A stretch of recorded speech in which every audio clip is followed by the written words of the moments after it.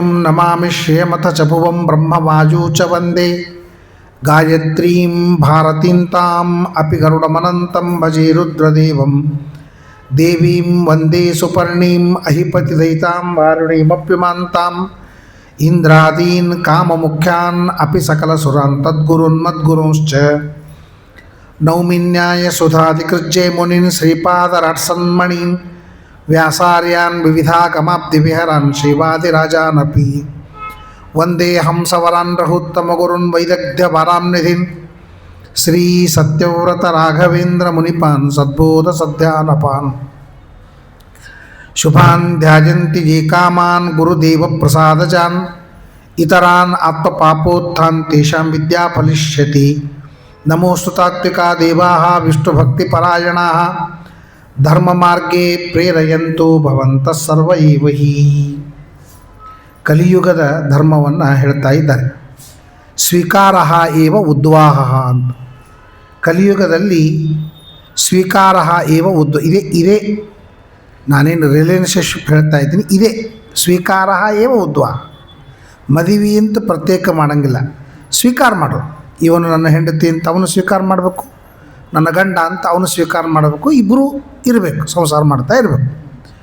ಇದನ್ನು ಆವಾಗೇ ಹೇಳಿದ್ದಾರೆ, ವಿಚಾರ ಮಾಡಿರಿ. ವೇದವ್ಯಾಸ ದೇವರು ಆವಾಗೇ ಈ ಮಾತನ್ನು ಹೇಳಿದ್ದಾರೆ. ಸ್ವೀಕಾರ ಏವ ಉದ್ವಾಹ ಸ್ನಾನಮೇವ ಪ್ರಸಾದನಂ. ಸಾಧನ ಅಂದರೆ ಏನು? ಸ್ನಾನ ಮಾಡೋದು, ಅಲಂಕಾರ ಮಾಡ್ಕೊಳ್ಳೋದು. ಸ್ನಾನ ಮಾಡಿ ಬೇರೆ ಬಟ್ಟೆ ಉಟ್ಟುಕೊಂಡು ಅಲಂಕಾರ ಮಾಡ್ಕೊಂಡ್ಬಿಟ್ರೆ ಇದೇ ಸಾಧನ, ಮತ್ತೊಂದು ಪ್ರತ್ಯೇಕವಾಗಿ ಸಾಧನ ಇಲ್ಲ. ಅದಕ್ಕೆ ಆವಾಗೇ ವಿಜಯದಾಸರು ಹೇಳಿದರು, ಸ್ನಾನ ಮಾಡೋದು ಪ್ರತ್ಯೇಕ ನೀವು ಮಾಡಲಿಕ್ಕೆ ಹೋಗಬೇಡ್ರಿ, ಸ್ನಾನ ಮಾಡೋದು ಮಾಡಿರಿ. ಸುಮ್ಮನೆ ಒಂದು 30 ಸೆಕೆಂಡ್ ನೀವು ಟೈಮ್ ಹಾಕಿಬಿಟ್ರೆ ಇಡೀ ಸ್ನಾನವೇ ಸಾಧನ ಆಗ್ತದೆ ಅಂತ ಹೇಳ್ತಾರೆ. ಏನದು? ಮೂಲ ಕಾರಣ ಬಿಂಬನ ಅಭಿಷೇಕವೆಂದರೆ ಕರ್ಮವೇ ತಾರಕವು ಅಂತ ಹೇಳ್ತಾರೆ. ಅಂದರೆ ಸ್ನಾನ ಮಾಡ್ತಾ ಮಾಡ್ತಾ ಮಾಡ್ತಾ ಮಧ್ಯದಲ್ಲಿ ನಾನು ಬಿಂಬರೂಪಿಯಾದ ಪರಮಾತ್ಮನಿಗೆ ಅಭಿಷೇಕವನ್ನು ಮಾಡ್ತಾ ಇದ್ದೇನೆ. ಗಂಡಸರಾದರೆ ಪುರುಷ ಸೂಕ್ತ ಹೇಳಬೇಕು. ನಾವು ದಿವಸ 3 ಸಲ ಪುರುಷ ಸೂಕ್ತ ಹೇಳುವುದೇ. ಒಂದು ಸ್ನಾನ ಕಾಲದಲ್ಲಿ, ಇನ್ನೊಂದು ಶುದ್ಧಾಭಿಷೇಕ ಸಂದರ್ಭದೊಳಗೆ, ಮತ್ತೊಂದು ನಿರ್ಮಾಲ್ಯ ಅಭಿಷೇಕ ಮಾಡ್ತಾ ಇರುವಾಗ. ನಿರ್ಮಾಲ್ಯ ತೆಗೆಯೋದೇನದ ಅದು ಅಂಬ್ರಣಿ ಸೂಕ್ತದಿಂದ, ನಿರ್ಮಾಲ್ಯ ಅಭಿಷೇಕ ಮಾಡೋದೇನದ ಅದು ಪುರುಷ ಸೂಕ್ತದಿಂದ. ಸೊ 3 ಸಲ ಪುರುಷ ಸೂಕ್ತವನ್ನು ಕಡ್ಡಾಯವಾಗಿ ಹೇಳಬೇಕು ಅಂತ. ಆದ್ದರಿಂದ ಸ್ನಾನವನ್ನು ನೀವು ಪ್ರತ್ಯೇಕವಾಗಿ ಸ್ನಾನ ಬಿಟ್ಟು ನೀವೇನು ಸಾಧನ ಮಾಡೋದಿಲ್ಲ. ಸ್ನಾನ ಏನು ಮಾಡ್ತೀವಿ ಅದು ಸ್ನಾನ ಆಗಲಿ ಅಂತ. ಸ್ನಾನವು ಸ್ನಾನ ಅಂತ ಆಗಬೇಕು. ಇಲ್ಲ ಅಂದರೆ ನಮ್ಮ ಕರ್ನಾಟಕದವ್ರು ಹೇಳುವಾಗ ಮೈ ತೊಳ್ಕೊಳ್ಳೋದು ಅಂತಂತಾರೆ. ಎಮ್ಮೆ ತೊಳೆಯೋದು ಮೈ ತೊಳೆಯೋದು ಅಂತ ಹೇಳ್ತಾರಲ್ಲ, ಆ ತರಹ ಮೈ ತೊಳ್ಕೊಳ್ಳೋದಷ್ಟೇ. ಸ್ವಚ್ಛ ಮಾಡೋದು ಸ್ನಾನ ಅಲ್ಲ, ಅದು ಸ್ನಾನ ಆಗಬೇಕು.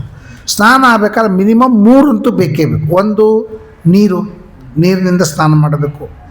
ಎರಡನೇದ್ದು ಬಿಂಬನ ಅಭಿಷೇಕ ಅಂತನೋ ಅನುಸಂಧಾನ ಎರಡನೇದ್ದು. ಮೂರನೇದ್ದು ಪಂಚರೂಪಗಳ ಅನುಸಂಧಾನ. ತಲೆಯಲ್ಲಿ ನಾರಾಯಣ, ಬಲದಲ್ಲಿ ಪ್ರದ್ಯುಮ್ನ, ಎಡದಲ್ಲಿ ಅನಿರುದ್ಧ, ಕೆಳಗಡೆಗೆ ಸಂಕರ್ಷಣ, ಸರ್ವತ್ರ ವಾಸುದೇವ. ಹೀಗೆ ಪಂಚರೂಪಗಳನ್ನು ನಮ್ಮ ದೇಹದಲ್ಲಿ ಚಿಂತನೆ ಮಾಡೋದಕ್ಕೆ ಸ್ನಾನ ಅಂತ ಕರೀತಾರೆ. ಸ್ನಾನ ಅಂತನ್ನುವ ಏನು ಸಂಸ್ಕೃತ ಶಬ್ದ ಇದೆ, ಇಷ್ಟೆಲ್ಲ ಸೇರಿದಾಗ ಸ್ನಾನ. ಈಗ ನಾವು ಪಾನಕ ಅಂತಂತೀವಿ.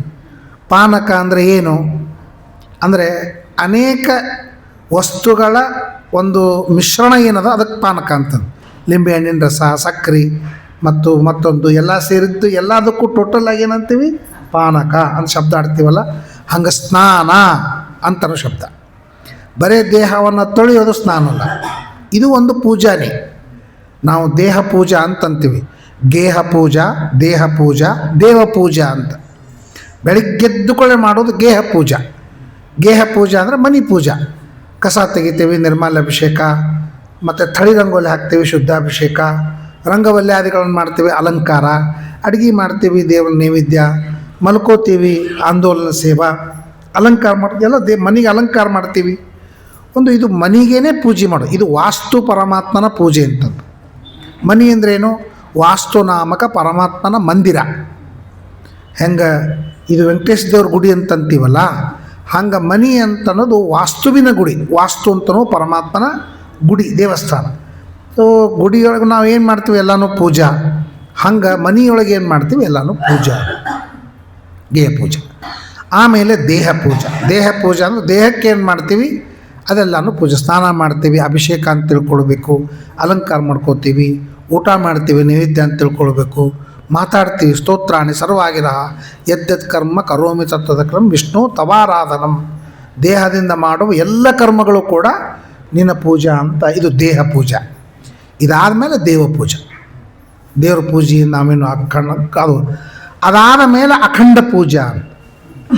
ಅಖಂಡ ಪೂಜೆ ಅಂದರೆ ರಕ್ಷತಿತ್ತೇವ ವಿಶ್ವಾಸ ತದೀಯೋಹಂ ಇತಿ ಸ್ಮೃತಿ ಅಂತನ್ನೋ ಏನು ದೇವ್ರ ಬಗ್ಗೆ ಒಂದೆರಡು ಮಾತುಗಳವ.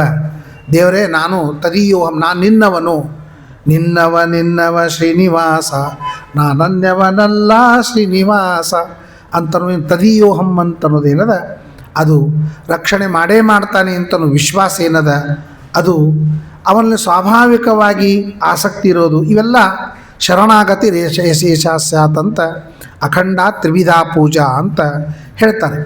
ಆದ್ದರಿಂದ ಅದು ಒಂದು ಪೂಜಾ. ಹೀಗೆ ಪೂಜಾ ಅಂತಂದು ಮಾತ್ರಕ್ಕೆ ಒಂದೇ ಸೀಮಿತವಾದಂತಹ ಕ್ರಿಯೆ ಅಲ್ಲ. ಅದಕ್ಕಾಗಿ ಸ್ನಾನ ಅಂತಂದ್ರೆ ಇಷ್ಟದ ಕನಿಷ್ಠ ಪಕ್ಷಕ್ಕೆ ಇಷ್ಟಾದರೂ ಮಾಡೋದು, ಕನಿಷ್ಠ ಪಕ್ಷಕ್ಕೆ. ಅದೆಲ್ಲ ಸ್ನಾನದ್ದು ಋತಂಚ ಸತ್ತಂಚ ಶನ್ನೋ ಮಿತ್ರ ಶನೋ ಎಲ್ಲ ಹೇಳಿದ್ದಾರೆ. ಮೃತ್ತಿಕ ಹಚ್ಕೋಬೇಕು, ಆಮಲಕ ಸ್ನಾನ, ಪಂಚಗವ್ಯ ಸ್ನಾನ, ಬೇಕಾದಷ್ಟು 40-45 ಸ್ನಾನಗಳ ಒಟ್ಟಿಗೆ. ಅವೆಲ್ಲ ಸ್ನಾನ ಮಾಡೋದಿಲ್ಲೇ ಇಲ್ಲ. ಸುಮ್ಮನೆ ಎಲ್ಲರೂ ಪ್ರವಚನ ನಡೆದಾಗ ಕೇಳಲಿಕ್ಕೆ ಭಾಳ ಚಂದದ, ಮಾಡಲಿಕ್ಕೆ ಅದು ಆಗೋದಿಲ್ಲ. ಆದರೆ ಕನಿಷ್ಠ ಪಕ್ಷದ ಏನು ಅನುಸಂಧಾನಗಳವ ಅದು ಮಾಡಿದಾಗ ಸ್ನಾನ ಆಗ್ತದೆ. ಆದರೆ ಕಲಿಯುಗದಲ್ಲಿ ಮಾತ್ರ ಸ್ನಾನಮೇವ ಪ್ರಸಾದನಂ. ಸ್ನಾನ ಮಾಡೋದೇ ನಮ್ಮ ಸಾಧನ. ಸ್ನಾನ ಮಾಡಿ ದೇವರಿಗಷ್ಟು ಊದಿನ ಕಡ್ಡಿ ಏರಿಸಿದೇವೆ ಅಂತಂದ್ರೆ ಇವತ್ತಿನ ನಮ್ಮ ಸಾಧನ ಮುಗೀತು ಅಂತಂತಾರೆ. ಏನು 30-40 ವರ್ಷ ತನಕ ಅಷ್ಟೇ ನೀರು ನಿಂತು ನೀರ. ನಾವು ನಿತ್ಯ ವೆಂಕಟೇಶ್ವರ ಸ್ತೋತ್ರ ಹೇಳ್ತೀವಿ, ರಾಯರ ಸ್ತೋತ್ರ ಹೇಳ್ತೀವಿ, ಸುಮ್ಮನೆ ಅಷ್ಟು ದೇವರಿಗೆ ಅಷ್ಟು ಮುಗಿದು ಬಿಡ್ತೀವಿ. ನಾವು 40 ವರ್ಷದಿಂದ ಒಂದೂ ದಿವಸ ಬಿಟ್ಟಿಲ್ಲ ಅಂತಂತಾರೆ. ಇದು ಹೇಳ್ಕೊಳ್ಳೋದಾ? ಪ್ರೋಗ್ರೆಸ್ ಇಲ್ವಾ? ಉಳಿದದಕ್ಕೆಲ್ಲದಕ್ಕೂ ಪ್ರೋಗ್ರೆಸ್ಗಳವ, ಇದಕ್ಕಿಲ್ಲ. 30-40 ವರ್ಷ ಆದರೂ ಅಷ್ಟಕ್ಕೆ ಮಾಡ್ತಾಯಿದ್ದೀನಿ, ಏನೂ ಬೆಳೆಸ್ತಾನೇ ಇಲ್ಲ. ಆ ರೀತಿಯಾಗಿ ಸ್ನಾನಮೇವ ಪ್ರಸಾದನಂ. ಆಮೇಲೆ ದಾಕ್ಷಂ ಕುಟುಂಬವರಣೆ ಯಶೋರ್ಥಂ ಧರ್ಮ ಸೇವನ. ಕುಟುಂಬವನ್ನು ರಕ್ಷಣೆ ಮಾಡಲಿಕ್ಕೆ ಹೇಳ್ರಿ, ಒಳ್ಳೆಯ ಸಾಮರ್ಥ್ಯದ, ಬೇಕಾದಷ್ಟು ಸಾಮರ್ಥ್ಯದ ಹೆಂಡ್ರ ಮಕ್ಕಳನ್ನ ರಕ್ಷಣೆ ಮಾಡಲಿಕ್ಕೆ. ಆದರೆ ದೇವತಾ ಕಾರ್ಯಕ್ಕೆ ನೋಡ್ರಿ ಇವು ಆಗೋದೇ ಇಲ್ಲ.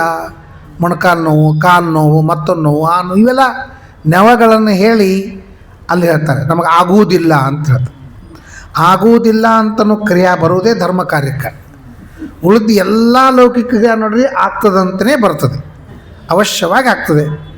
ಈ ಸ್ಕೀಮ್ದೊಳಗೆ ಒಂದು 10,000 ರೂಪಾಯಿ ತಿಂಗಳ ಬರ್ತದಂತ ಬೇಕಾದಂಗೆ ಮಾಡ್ತಾನೆ. ಯಾಕೆ?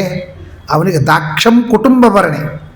ಆಮೇಲೆ ಯಶೋರ್ಥಂ ಧರ್ಮ ಸೇವನ್. ಕಲಿಯುಗದಲ್ಲಿ ಧರ್ಮ ಮಾಡ್ತಾರೆ. ಧರ್ಮ ಮಾಡಬೇಕು ಅಂತ ಧರ್ಮ ಮಾಡುವುದಿಲ್ಲ. ಆ ಧರ್ಮದಿಂದ ತನ್ನ ಕೀರ್ತಿ ಬರಬೇಕು. ಇಲ್ಲ ಅಂದರೆ ಬರುವುದಿಲ್ಲ. ಒಮ್ಮೆ ಚಾತುರ್ಮಾಸದೊಳಗೆ ಒಬ್ಬರು ಬಂದು ನಂದು ನನ್ನ ಹೆಂಡ್ತಿದ್ದು ನನ್ನ ಮಕ್ಕಳ ಹೆಸರಾಗಿ ತೊಗೊಂಡಿಲ್ರಿ ಅಂತ ಏನು ದೊಡ್ಡ ರಾದ್ದಾಂತ ಮಾಡಿದರು. ಅದು ಮರುದಿವ್ಸಿತ್ತು ಅವ್ರ ಲಿಸ್ಟು. ದಿನ ಒಂದು ಭಾಳ ಮಂದಿ ಆಗ್ಯಾರ ಅಂತ ತಿಳ್ಕೊಂಡು ನಾವು 3 ದಿವಸ ಅದನ್ನು ಲಿಸ್ಟ್ ಓದೋದು ಅಂತ ಇಟ್ಕೊಂಡಿದ್ದೀವಿ. ಇಟ್ಕೊಂಡು ನಮ್ಮ ಹೆಸರು ಬಂದಿಲ್ಲರಿ, ನಮ್ಮ ಮಕ್ಕಳ ಹೆಸರು ಬಂದಿಲ್ಲರಿ, ಒಂದು ಅರ್ಧ ತಾಸು ಜಗಳ ಆಡಿದೆ. ಕೊನೆಗೆ ನಾ ಏನು ಹೇಳಿದೆ, ನಿಮ್ಮ ಎಲ್ಲರ ಹೆಸರು ಬರ್ಲಿಕ್ಕಿದ್ದೀನಿ ಪಕ್ಷಮಾಸೇನು ಅಂತ ಕೇಳಿದೆ. ಇನ್ನೇನು ಕೇಳ್ಬೇಕು ಹೇಳ್ರಿ, ನಮ್ಮ ಹೆಸರು ಬರಬೇಕು, ನಮ್ಮ ಹೆಸರು ಬರಬೇಕು ಅಂತ ಅಖಂಡವಾಗಿ ಕೇಳ್ತಿರ್ತಾರೆ. ಅಂದರೆ ಆದಷ್ಟು ಹೆಸರು ನೋಡ್ರಿ, ನಮ್ಮ ಹೆಸರು ಬರಬೇಕು ಅಂತ ಅಪೇಕ್ಷಾನೂ ಮಾಡಬೇಕು, ಮಾಡಬಾರ್ದು ಎರಡು. ವೃಷಭಾಸುರ ಏನು ಮಾಡ್ದ? ಪರಮಾತ್ಮ ಈ ಬೆಟ್ಟಕ್ಕೆ ನನ್ನ ಹೆಸರು ಬರಬೇಕು ಅಂತಂದ. ಮಠಕ್ಕೆ ನಾವು ಏನಾದ್ರು ಕೊಟ್ಟೀವಿ ಅಂದರೆ ನಮ್ಮ ಹೆಸರು ಬೋರ್ಡ್ ಮೇಲೆ ಬರಬೇಕು ಅಂತ ಅಪೇಕ್ಷೆ ಮಾಡಬೇಕು. ಎದಕ್ಕೆ ಅಪೇಕ್ಷೆ ಮಾಡಬೇಕು ಅಂತಂದರೆ, ಮಠಕ್ಕೆ ಗುಡಿಗೆ ಏನು ಬರ್ತಾರೆ ಭಕ್ತರು, ಅವರು ಆ ಬೋರ್ಡ್ದವ್ರು ನಮ್ಮ ಹೆಸರು ನೋಡಿದ್ರೆ ಭಕ್ತರ ಬಾಯಿಯೊಳಗೆ ನನ್ನ ಹೆಸರು ಬರ್ತದಲ್ಲ ಅಂತನ್ನೋದಕ್ಕಾಗಿ ಹೆಸರು ಬೇಕು ಅಂತ ಅಪೇಕ್ಷೆ ಮಾಡೋದು ಅಷ್ಟೇ.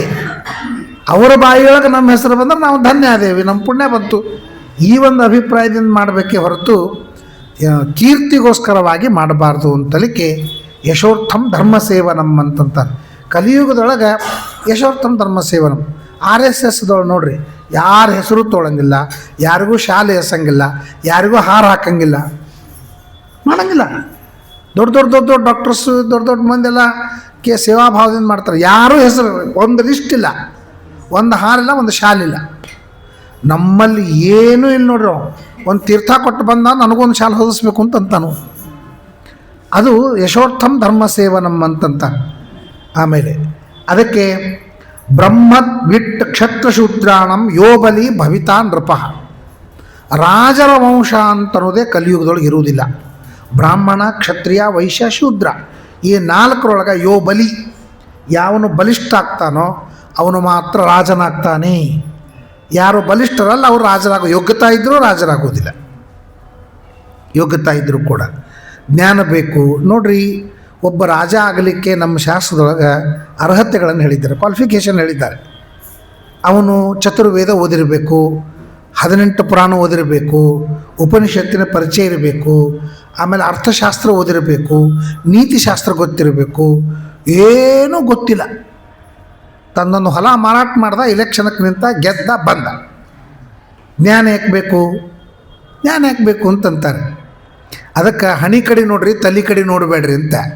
ನಮ್ಮ ಹಣೆ ಬಾರದೊಳಗೆ ನಮ್ಮ ರಾಜವೈಭವದ ನಾವು ರಾಜರಾಗ್ತೀವಿ, ತಲೆ ಏನು ಮಾಡ್ತೀರಿ ಅಂತಂದಂಗೆ ಹಂಗಲ್ಲ ಅಂತಂತಾರೆ. ಯೋಬಲಿ ಭವಿತಾ ನೃಪ ಆಚ್ಛಿನ್ನ ದಾರ ದ್ರವಿಣಾಹ. ಇನ್ನು ಯಾರಿಗೇನು ಬೇಕು ಕಿತ್ಕೊಂಡ್ಬಿಡ್ತಾರೆ. ಯಾರು ಹೇಳೋರಿಲ್ಲ, ಯಾರೂ ಕೇಳೋರಿಲ್ಲ. ಒದ್ದಾಡ್ತಿರ್ತಾರೆ. ಹೊಲ ಮನೆ ಕಸ್ಕೊಂಡು ಆರಾಮಾಗಿ ಅವ್ರು ಇರ್ತಾರೆ. ಇವು ಕೋರ್ಟು ಕಚೇರಿ ಅಂತ ಬಡ್ಕೋತಿರ್ತಾರೆ. 3 ತಲೆಮಾರಾದರೂ ಕೂಡ ಕೇಸ್ ಪೂರ್ಣ ಆಗೋದಿಲ್ಲ. 3 ತಲೆಮಾರು ಅವರಿಗೂ ಗೊತ್ತದ. ಇವನು ಹೊಲ ಮನೆ ಕಸ್ಕೊಂಡ್ರೆ ಕೇಸ್ ಹಾಕ್ತಾನೆ, ಕೇಸ್ ಹಾಕಿದ್ರೆ ನಡೀತಿರ್ತದೆ. ಇವನ ತಲೆಮಾರಂತೂ ಹೋಗ್ತದೆ, ಅವನ ತಲೆಮಾರಂತೂ ಹೋಗ್ತದೆ. ಅಷ್ಟು 1-2 ತಲೆಮಾರ ಆಮೇಲೆ ಗೆದ್ರೆ ಏನಾಯಿತು, 2 ತಲೆಮಾರಂತೂ ತಿಂದಿವಲ್ಲ ಅಂತ ವಿದುರ ಹೇಳ್ತಾನೆ ಧೃತರಾಷ್ಟ್ರನಿಗೆ. ನೀನು ಮಾಡಿದ ತಪ್ಪಿನೊಳಗೆ ಇನ್ನೊಬ್ಬರ ಸಂಪತ್ತಿನೊಳಗೆ ನೀ ಏನು ಭೋಗ ಮಾಡ್ತಾ ಐತಿ ಅದು ಕೂಡ ನಿನ್ನ ಕುಲನಾಶವಾಗಲಿಕ್ಕೆ ಕಾರಣ ಅಂತಂತ. ಕುಲನಾಶ ಆಗಲಿಕ್ಕೆ ಒಂದು 5 ಕಾರಣಗಳನ್ನು ಕೊಡ್ತಾನೆ ವಿದುರ. ಕುಲನಾಶ ಆಗಲಿಕ್ಕೆ 5 ಕಾರಣ ಕೊಡ್ತಾ ಇರೋ ಇದೊಂದು ಕಾರಣ ಕೊಡ್ತಾನೆ. ಯಾರದೋ ದುಡ್ಡು ಎಲ್ಲಮ್ಮನ ಜಾತ್ರೆ ಮಾಡ್ತಾ ಇದ್ದೀನಿ ನೀನು, ಪಾಂಡವರು ಭೀಮ ಅರ್ಜುನರು ಎಲ್ಲ ಕಡೆಯಿಂದ ಗಳಿಸ್ಕೊಂಡು ಬಂದಿದ್ದಾರೆ, ಅವ್ರದ್ದು ನೀನು ತಿಂತಾ ಇದ್ದಿ ಅಂತ ಇನ್ನೊಬ್ಬರ ಹಣವನ್ನು ಅಥವಾ ಇನ್ನೊಬ್ಬರ ಹಣದಿಂದ ಭೋಗವನ್ನು ಮಾಡೋದು ಕೂಡ ತಪ್ಪು. ಅದು ತಪ್ಪು ಅಂತಲೇ ಅನಿಸೋದಿಲ್ಲದು. ಯೋಬಲಿ ಭವಿತಾ ನೃಪ, ಬಲಿಷ್ಠಿದ್ದ ಅಂತ ಕಿತ್ಕೊಂಡ್ಬಿಡ್ತಾರೆ, ಅವ್ರು ಹಾಸ್ಕೊಂಡ್ಬಿಡ್ತಾರೆ. ಆಮೇಲೆ ಔಷಧಾಹ ಸಬಂಧಾಹ, ನಿಜವಾದ ಔಷಧಗಳೆಲ್ಲ ನಾಶ ಆಗ್ಬಿಡ್ತಾವೆ. ಆಯುರ್ವೇದ, ಹೋಮಿಯೋಪತಿ ಅವೆಲ್ಲ ಹೋಗ್ಬಿಡ್ತಾವೆ, ಅಲೋಪತಿ ಬರ್ತದೆ.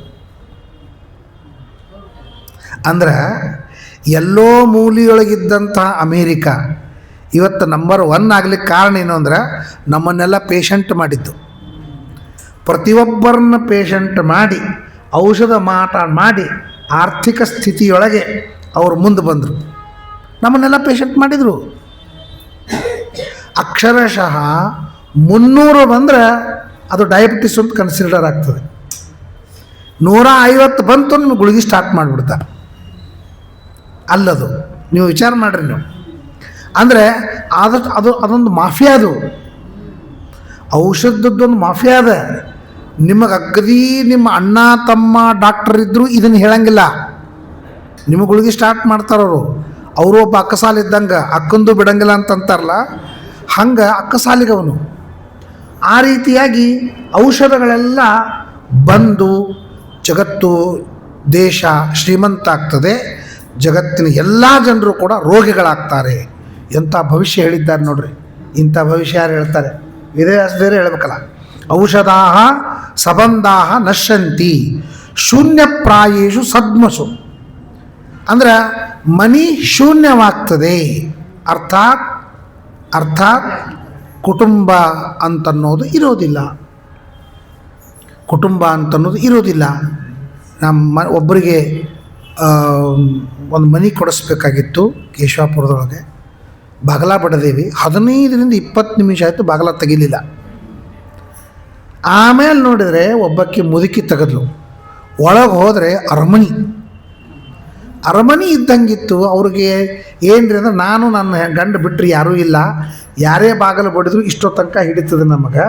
ಯಾಕಂದ್ರೆ ನಮ್ಮ ಸೊಸಿ ಮಗ ಅವರೆಲ್ಲರೂ ಬೇರೆ ಬೇರೆ ಆಗಿಬಿಟ್ರೆ ಈಗ. ನಾವೆಲ್ಲ ಕೂಡಿದ್ದೇವೆ, ಬೇರೆ ಬೇರೆ ಆಗ್ಬಿಟ್ರು. ನೋಡ್ರಿ, ಇಡೀ ರಾಮಾಯಣ ಹೊರಟದ್ದೇ ಇದಕ್ಕೆ. ರಾಮಾಯಣದೊಳಗೆ ಏನು ಕುಟುಂಬ ಇತ್ತಲ್ಲ, ಅದಕ್ಕೇನಂತೀರಿ, ಕುಟುಂಬ, ಎಲ್ಲ ಕುಟುಂಬ ಸಹಿತ ಜಾಯಿಂಟ್ ಫ್ಯಾಮಿಲಿ ಏನಿತ್ತು, ಇದು ರಾಮಾಯಣದೊಳಗೆ ಇತ್ತು. ಎಲ್ಲರೂ ಕೂಡಿದ್ರು. ಒಬ್ಬಕ್ಕೆ ಮಂತ್ರ ಬಂದು, ಹೊರಗಿನಕ್ಕೆ ಒಬ್ಬಕ್ಕೆ ಮಂತ್ರ ಬಂದದ್ದಕ್ಕೆ ಇಡೀ ರಾಮಾಯಣದ ಜಾಯಿಂಟ್ ಫ್ಯಾಮಿಲಿ ಎಲ್ಲ ಹಾಳಾಯಿತು. ಹೌದಲ್ಲ? ಹಂಗಾರೆ ನಮ್ಮ ಜಾಯಿಂಟ್ ಫ್ಯಾಮಿಲಿ ಯಾರಾಗ್ತದೆ? ಹೊರಗಿನ ಬಂದಂಥ ಮಂತ್ರ ಅಲ್ಲ, ಒಂಥರ ಇರ್ತಾರೆ ನೋಡ್ರಿ. ಅವಕ್ಕೇನು ನಾರ್ಮಲ್ ಇರ್ತಾರೆ, ಮತ್ತೊಂದು ಇರ್ತಾರೆ, ಆ ಥರದ್ದು ಯಾರೋ ಬಂದು ಹಾಳು ಮಾಡಿಬಿಡ್ತಾರೆ. ಸಾಮಾನ್ಯವಾಗಿ ಜಾಯಿಂಟ್ ಫ್ಯಾಮಿಲಿ ನಾಶವಾಗೋದೇ ಹೊರಗಿನಿಂದ ಬಂದವರಿಂದ. ಮಂತ್ರ ಎಲ್ಲಿಂದ ಬಂದಳು? ಹೊರಗಿನಿಂದ ಬಂದದ್ದಕ್ಕೆ ತಲೆ ತುಂಬಿದ್ಲು. ರಾಮನ ಸುತನಿರ್ವಿಶೇಷಂ ಅಂತಂತಾಳೆ ಕೈಕೇಯಿ. ರಾಮನನ್ನು ನನ್ನ ಮಗನಕ್ಕಿಂತ ಜಾಸ್ತಿ ನೋಡ್ಕೋತೀನಿ ಅಂತನ್ನೋದನ್ನು ಬ್ರೈನ್ ವಾಶ್ ಮಾಡಿ ಆ ಕೆಲಸ ಮಾಡಿ ಇಡೀ ಕುಟುಂಬ ಹೊಡೆದ್ಬಿಟ್ಲು. ಭರತ ನಂದಿಗ್ರಾಮದೊಳಗೆ ಇದ್ದುಬಿಟ್ಟ, ಶತ್ರುಘ್ನ ಎಲ್ಲೋ ಇತ್ತು ಅವನ ಜೊತೆಗಿದ್ದು ಬಿಟ್ಟ, ದಶರಥ ರಾಜ ಸತ್ತು ಹೋಗ್ಬಿಟ್ಟ, 3 ಮಂದಿ ವಿಧವೆಯನ್ನು ಬಿಟ್ಟರೆ ಯಾರೂ ಅರಮನೆಯೊಳಗಿಲ್ಲ. ರಾಮ ಲಕ್ಷ್ಮಣ ಸೀತಾ ಎಲ್ಲ ಚಲ್ಲಾಪಿಲ್ಲಿ ಆಗ್ಬಿಡ್ತು. ಇಡೀ ಫ್ಯಾಮಿಲಿ ಚಲ್ಲಾಪಿಲ್ಲಿ ಆಯಿತು. ಯಾರಿಂದ? ಒಬ್ಬಕ್ಕಿ ಮಂಥರನಿಂದ ಆಯಿತು.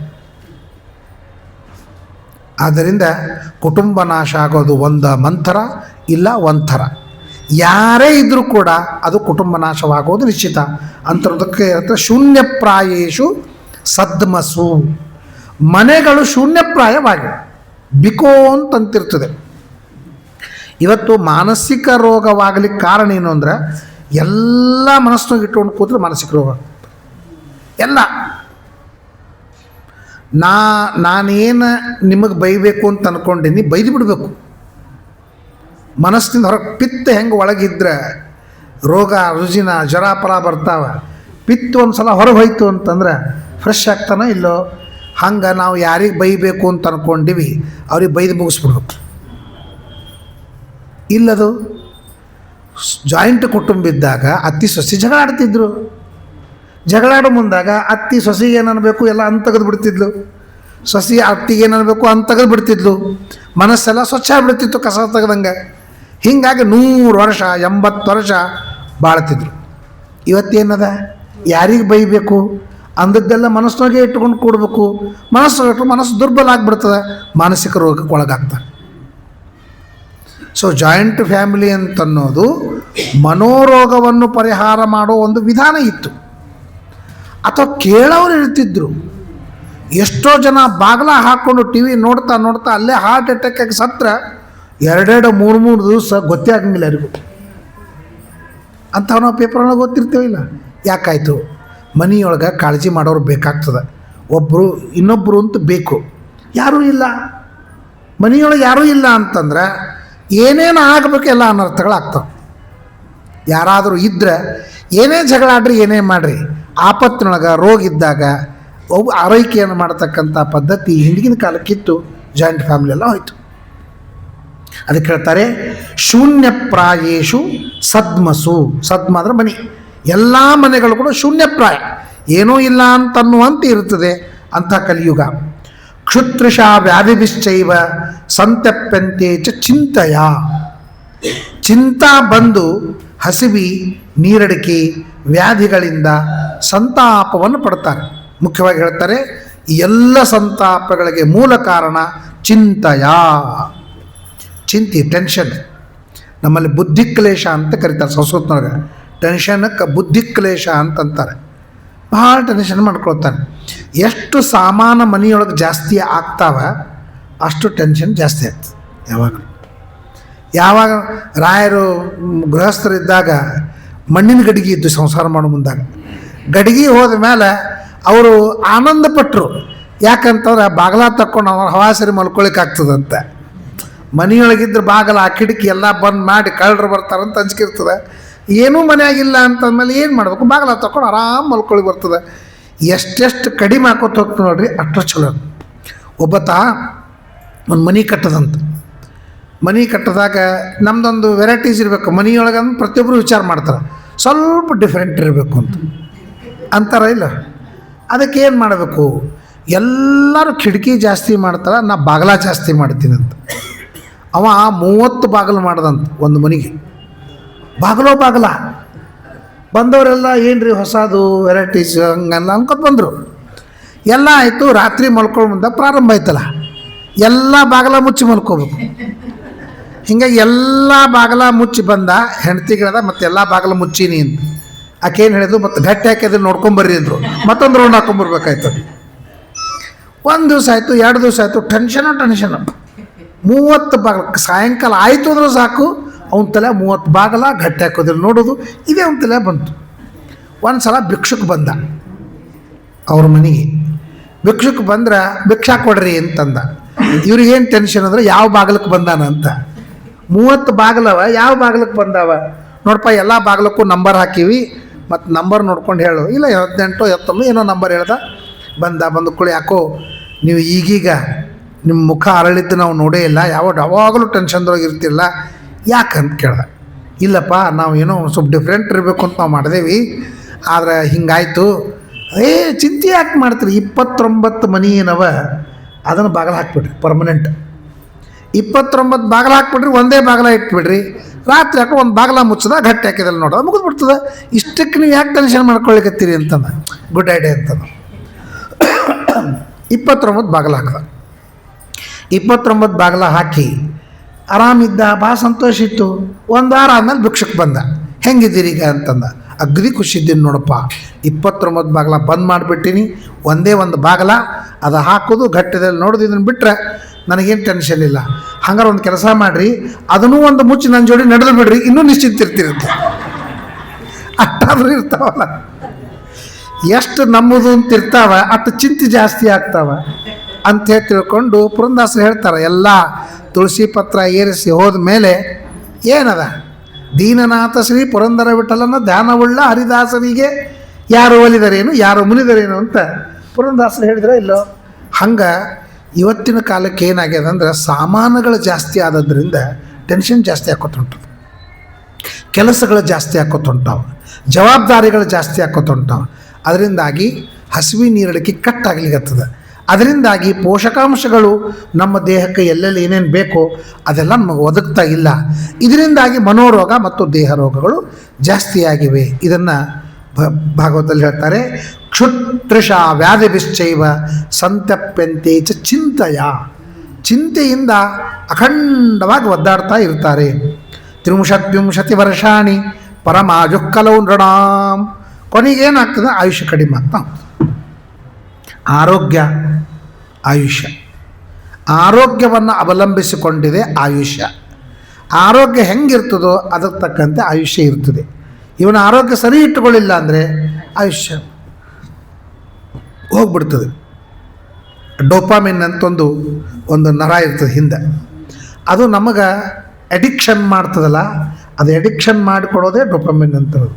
ಒಂದು ಸಲ ನೀವು ಮೊಬೈಲ್ಗೆ ಸರಿಸ್ತಾ ಹೋಗ್ರಿ, ಅದರೊಳಗೆ ಆನಂದ ಆಗ್ತಿರ್ತದೆ. ಬೇರೆ ಬೇರೆ ಸುದ್ದಿಗಳು ಬರ್ತಾವೆ, ಬೇರೆ ಬೇರೆ ಚಿತ್ರಗಳು ಬರ್ತಾವೆ, ಬೇರೆ ಬೇರೆ ವಿಡಿಯೋಗಳು ಬರ್ತಾವೆ. ಕೂಡ್ತಾನೆ ತಾಸುಗಟ್ಟಲೆ ಕೂಡ್ತಾನೆ. ನಾನು 1.5 ತಾಸು ಪ್ರವಚನ ಹೇಳಿದ್ದೆ ಗುಲ್ಬರ್ಗಾದೊಳಗೆ ಮೊನ್ನೆ. ಅಲ್ಲಿ ಒಬ್ಬತ್ತು 80 ವರ್ಷದ ಮುದುಕ 1.5 ತಾಸು ಮೊಬೈಲ್ ನೋಡ್ತಿದ್ದು ನೋಡ್ರಿ. ನಾನು ಅವನ್ನೇ ನೋಡ್ತಿದ್ದೆ. ಅಂದ್ರೆ ಲಕ್ಷ ಕೊಟ್ಟೋರ್ಕಿಂತ ಲಕ್ಷ ಕೊಡದೇ ಇದ್ರ ಕಡೆ ಲಕ್ಷ ಭಾಳ ನಮ್ಮದು. ಅದಕ್ಕೆ ಅವನು ಅದನ್ನೇ ಮಾಡ್ತಿದ್ದ. 1.5 ತಾಸು ಅವನು ಅಖಂಡ ನೋಡ್ತಾ ಇದ್ದ. ಅದರೊಳಗೆ ಹೆಂಗಿರ್ತದೆ, ನಿಮ್ಗೆ ಯಾವುದು ಇಂಟ್ರೆಸ್ಟ್ ಅಂತ ಅದಕ್ಕೆ ಗೊತ್ತಾಗ್ತದೆ ಮೊಬೈಲಕ್ಕೆ. ನೀವು ಒಂದು ತಕ್ಕೊಂಡ್ರಂದ್ರೆ ಅಖಂಡ ಅದಕ್ಕೆ ಅದೇ ಬರ್ಕೋತ ಹೋಗ್ತಿರ್ತದೆ. ಅದು ಎಂಡ್ಲೆಸ್, ಅದು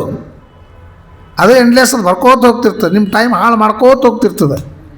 ನಿಮಗೆ ವ್ಯಾಯಾಮ ಇಲ್ಲ, ಮತ್ತೊಂದಿಲ್ಲ, ಜವಾಬ್ದಾರಿ ಇಲ್ಲ, ಏನೂ ಇಲ್ಲ, ಕೂತ್ಬಿಡಿ. ಇದಕ್ಕೆ ಎಡಿಕ್ಷನ್ ಆಗೋರಿದ್ದಾರೆ. ಸಣ್ಣ ಮಕ್ಕಳು ಇವತ್ತು ದವಾಖಾನೆಯೊಳಗೆ ಅಡ್ಮಿಟ್ ಆಗ್ಲಿಕ್ಕತ್ತಾವ. ಅದಕ್ಕೋಸ್ಕರ ಮಕ್ಕಳಿಗೂ ಅವ್ರ ತಂದೆ ತಾಯಿಗಳಿಗೂ ಟ್ರೀಟ್ಮೆಂಟ್ ಕೊಡ್ಲಿಕ್ಕತ್ತಾವ. ಈಗ ನಿಮಗೆ ಆ ಕಡೆ ಗುಲ್ಬರ್ಗ ಕಡೆ ಈ ಕಡೆ ಕೆಲವು ಕಡೆಗೆ ಏನು ನಡೆದದಂದ್ರೆ, ನಿತ್ಯ ಸಾಯಂಕಾಲ 7ರಿಂದ 9 ತನಕ ಮೊಬೈಲನ್ನು ಬಂದ್ ಮಾಡಬೇಕು. ದಿವಸಕ್ಕೆ 2 ತಾಸು ಸರಿಯಾಗಿ. ಅದು ಬಿಡ್ರಿ, ಇನ್ಮೇಲೆ ಯಾರೂ ಏಕಾದಶಿ ಉಪವಾಸ ಮಾಡಬೇಡ್ರಿ. ನಿಮಗೆ ಉಪವಾಸ ಮಾಡೋದಾಗಿದ್ರೆ ಒಂದು ದಿವಸ ಮೊಬೈಲ್ ಬಿಟ್ಟು ಕೊಡ್ರಿ ಅಂತಂದಾರೆ. ಇಲ್ಲಿ ತನಕ ಬಂತು. ಇದನ್ನು ಮಾಡಿದವರು ಅವರೇ, ಬೇಡ ಅಂತನವರು ಅವರೇ, ಮಾಡ ಅಂತನವರು ಅವರೇ, ಅಲ್ಲಿಗೆ ಬಂತು. ಅದರಿಂದ ಹೇಳ್ತಾರೆ 30 ವರ್ಷಾಣಿ ಪರಮಾಯು ಕಲವು ನೃಣಾಂ. ಎಷ್ಟೆಷ್ಟು ಚಿಂತಾ ಮಾಡ್ತಾನೆ ಅಷ್ಟಷ್ಟು ಕಡಿಮೆ ಆಗ್ತದೆ ಆಯುಷ್ಯ. ಅವಧೂತ ಇರ್ತಾನೆ. ಪ್ರಹ್ಲಾದರಾಜರು ಅವಧೂತರ ಹತ್ರ ಹೋಗ್ತಾರೆ. ಏನು ಕೆಂಪ ದಂಡಪಿಂಡ ಮಿಸ್ತ ಇರ್ತಾರೆ. ಹೆಂಗಿದ್ಯಪ್ಪ, ನೀ ಏನು ತಿಂತಿ? ಗೋಡಂಬಿ ನೆನೆಯಾಕೆ ಮುಂಜಾನೆ ಸುಲು ತಿಂತೀಯ? ಯಾಕೋ ಭಾಳ ಕೆಂಪು ಕಾಣಿಸ್ಲಿಕ್ಕತ್ತಿಯಲ್ಲ, ದಂಡಪಿಂಡ ಕಾಣಿಸ್ತಲ್ಲ, ಏನಾಗ್ಯದ? ಅವನು ಹೇಳ್ತಾನೆ, ನಾನು ನಿಶ್ಚಿಂತಿದ್ದೀನಿ, ಅಷ್ಟೇ ಉತ್ತರ. ನನಗೆ ಯಾವ ಚಿಂತೆಗಳು ಇಲ್ಲ, ನನಗೆ ಆಹಾರ ಬೇಕು ಅಂತಿಲ್ಲ, ಇದೇ ಬೇಕು ಅದೇ ಬೇಕು ಅಂತಿಲ್ಲ, ಹೀಗೆ ಇರಬೇಕು ಹಾಗೆ ಇರಬೇಕು ಅಂತಿಲ್ಲ. ಇವತ್ತು ಬಂತು, ಇಲ್ಲ, ನಾಳೆ ಏನು, ನಾಳೆ ಚಿಂತೆ, ನಾಳಿಂದ ಇವತ್ತಾಗಿ ಚಿಂತೆ ಮಾಡಬೇಕು ಅಂತ ನಾವು ಮಾಡ್ತೀವಿ. ನಾಳೆ ಮುಂಜಾನೆ ಚಿಂತೆ ಮಾಡಿದ್ದ ಅವ ಧರ್ಮರಾಜ, ಅದಕ್ಕೆ ಅವ ನಗಾರಿ ಹೊಡೆದ ಭೀಮಸೇನ. ನಮ್ಮ LIC ಸ್ಕೀಮ್ ನೋಡಿದ್ರಂತೂ ಎಷ್ಟು ನಗಾರಿ ಹೊಡಲಿಕ್ಕಿಲ್ಲ ಅವು ಭೀಮ. ಒಂದು 15 ವರ್ಷ 20 ವರ್ಷ 30 ವರ್ಷದ್ದು ನಾವು ವಿಚಾರ ಮಾಡ್ತೀವಿ. ಇನ್ನು 25 ವರ್ಷಕ್ಕೆ ಇಷ್ಟು ದುಡ್ಡು ಬರ್ತಾವ, ಆಮೇಲೆ ನಾವು ಹಿಂಗೆ ಮಾಡೋಣ. ಏನು 25 ವರ್ಷದ್ದು? ನಾನು ಮುಂಜಾನೆ ತಕ್ಕ ಇರ್ತೀನಿ ಅಂತಂದಿದ್ದಕ್ಕೆ ನಗಾರಿ ಹೊಡೆದವರು. ಅಂಥದ್ದು ನಾವು 20 ವರ್ಷ 10 ವರ್ಷ ಮುಂದಿನ ವರ್ಷ ಎಲ್ಲ ಸ್ಕೀಮ್ ಆಗ್ತಿರ್ತೀವಲ್ಲ. ಅದಕ್ಕೆ ಆಯುಷ್ಯಕ್ಕೆ ಬೇಕಾದದ್ದು ಮುಖ್ಯವಾದದ್ದು ನಿಶ್ಚಿಂತತನ. ಅಂತ್ಯ ಮೊದಲನು ಕಾಣೆ ಅರಿಕೆ ನಿನಗೆ ನೀತಿಲ್ಲ, ನಿಶ್ಚಿಂತನಾಗಿರಿಸೋ ಪುರಂದರ ವಿಠಲ, ಕಾಯಲಾರೆನೋ ಕೃಷ್ಣ ಕಂಡವರ ಬಾಗಿಲನು. ಅಂತ್ಯ ಮೊದಲನು ಕಾಣೆ ಅರಿಕೆ ನಿನಗೇನಿತಿಲ್ಲ, ಯಾವುದಕ್ಕೂ ಅಂತ್ಯ ಇಲ್ಲ. ಅಂಥ ಜೀವನದೊಳಗೆ ಬಂದು ಬಿದ್ದೀನಿ. ಪ್ರತಿಯೊಂದು ಕಡೆಯಿಂದ ನನಗೆ ಚಿಂತಾ ಸಂತಾಪಗಳು ಬರ್ತಾವ. ಅದಕ್ಕೆ ನಿಶ್ಚಿಂತನಾಗಿರಿಸೋ ಪುರಂದರ ವಿಠಲ, ನಿಶ್ಚಿಂತನಾಗಿರಸಪ್ಪ. ಇದು ನಿನಗೆ ಧರ್ಮವೇ ಇಂದಿರೇಶ. ನಿನಗೆ ಚಂದ ಅನ್ನಿಸ್ತದೆ, ನನಗೆ ಹಿಂಗೆ ನಾವು ಒದ್ದಾಡೋದು ನೋಡೋದು ನಿನಗೆ ಚಂದ ಅನ್ನಿಸ್ತದೆ ಅಂತ ಒಂದು ಸಲ ಇಷ್ಟು ತ್ರಾಸು ಮಾಡಿಕೊಂಡು ಪ್ರಾರ್ಥನೆ ಮಾಡ್ತಾರೆ ದಾಸರಿಗೆ. ಅಂದರೆ ಅಷ್ಟು ಆಗೇ ಅವರಿಗೆ ಚಿಂತೆ ಭಾಳ ಆಗಿತ್ತು. ಈಗೇನಾದರೂ ಪುರಂದರದಾಸರು ಕನಕದಾಸರು ಇದ್ದರು ಅಂತಂದ್ರೆ ಇನ್ನೂ ಒಂದು 24 ಲಕ್ಷ ಪದ್ಯಗಳು ಜಾಸ್ತಿ ಆಗ್ತಿತ್ತು ಅಷ್ಟವರಿ. ಅದಕ್ಕೆ ನಿಶ್ಚಿಂತನಾಗಿ, ಎಷ್ಟು ನಿಶ್ಚಿಂತನಾಗಿ ಭಾಳ ಕಟ್ಟದ. ಇವತ್ತು ನೀವು ಬುದ್ಧಿಸಮ್ ಬೌದ್ಧ ಮತದೊಳಗೆ ನೀವು ಹೇಳ್ತಾರೆ ಥಾಟ್ಲೆಸ್ ಮೈಂಡ್ ಮಾಡ್ಕೋಬೇಕು ಅಂತಂತಾರೆ. ಥಾಟ್ಲೆಸ್ ಮೈಂಡ್ ಮಾಡ್ಕೊಂಡ್ಬಿಟ್ರೆ ಹಣಿಯೊಳಗೆ ಒಂದು ನರ ಇರ್ತದೆ, ಅದು ಓಪನ್ ಆಗ್ತದೆ. ಅದು ಓಪನ್ ಆಯಿತು ನೀವು ಮೈಂಡ್ ರೀಡರ್ ಆಗ್ತೀವಿ. ಏನು ಮೈಂಡ್ ರೀಡರ್ ಆಗ್ತೀವಿ? ಥಾಟ್ಲೆಸ್ ಮೈಂಡ್ ಅಂದರೆ ಏನಂತ ತಿಳ್ಕೊಂಡ್ರಿ? ಬರೀ ಒಂದು ಕಣ್ಣು ಮುಚ್ಚಿದ್ರೆ ಸಾಕು, 10 ವರ್ಷದ್ದು ತಲೆಯಾಗ ಬಂದುಬಿಡ್ತದೆ. ಕಣ್ಣು ತಕ್ಕೊಂಡು ಕೂಡದೆ ಚಲೋ ಅನ್ನಿಸ್ತದೆ. ಕಣ್ಣು ತಕ್ಕೊಂಡ್ರೆ ನೀವು ಯಾರ್ಯಾರಿದ್ರಿ ಏನೇನಿದ್ರಿ ನಾ ಇಷ್ಟೇ ಬರ್ತದೆ. ಕಣ್ಣು ಮುಚ್ಚಿದ್ರೆ ಸಾಕು, ಇಡೀ 3 ಕಾಲ ಎಲ್ಲನೂ ತಲೆ ಬಂದುಬಿಡ್ತಾವೆ. ಜಗಳ ಜೂಟಿ ಮತ್ತೊಂದು ಪಾಸಿಟಿವ್ಗಿಂತ ನೆಗೆಟಿವ್ನೇ ಜಾಸ್ತಿ ಬಂದುಬಿಡ್ತಾವೆ. ಅಂತಹ ಇಷ್ಟು ಸ್ಟ್ರಾಂಗ್ ಆದಂಥ ಈ ಮನಸ್ಸನ್ನು ಥಾಟ್ಲೆಸ್ ಮಾಡಬೇಕು ಅಂತಾರೆ. ಹೆಂಗದ ನಮ್ಮಲ್ಲಿ ಹೇಳ್ಯಾರ, ಮನೋ ನಿರ್ವಿಷಯಂ ಯುಕ್ತ ತದಕ್ಕಿಂಚಿನ್ನ ಸಂಸ್ಪರೇತ್ ಹೇಳ್ಯಾರ. ನಮ್ಮಲ್ಲಿ ನಿರ್ವಿಷಯ ಮಾಡಬೇಕು ಅಂತ ಎಷ್ಟು ಕಷ್ಟದ ಗೊತ್ತಾ? ಎಷ್ಟು ಕಷ್ಟದ. 3 ತಾಸು ಮೆಡಿಟೇಷನ್ ಮಾಡ್ಬೇಕು ಇದಕ್ಕೆ. ಬೌದ್ಧ ಮತದೊಳಗೆ ಬಾಗ್ಲ ಹಾಕ್ಕೊಂಡು ಇವತ್ತು ಮುಂಬೈ ಒಳಗೆ ಮಾಡ್ತಾರೆ, ತರುಣ ಯುವಕರು ಮಾಡ್ತಾರೆ. 3 ತಾಸು ಶೂನ್ಯೋಹಂ ಶೂನ್ಯೋಹಂ ಶೂನ್ಯ, ಏನೂ ಇಲ್ಲ ಶೂನ್ಯ ಅಂತ ಅನ್ಕೋತ ಕೂತ್ರೆ ಆ ಮನಸ್ಸಿನೊಳಗಿದ್ದಂಥ ನೆಗೆಟಿವ್ ಥಿಂಗ್ಸ್ಗಳವ ಅದೆಲ್ಲ ಹೋಗ್ಬಿಡ್ತಾವಂತ.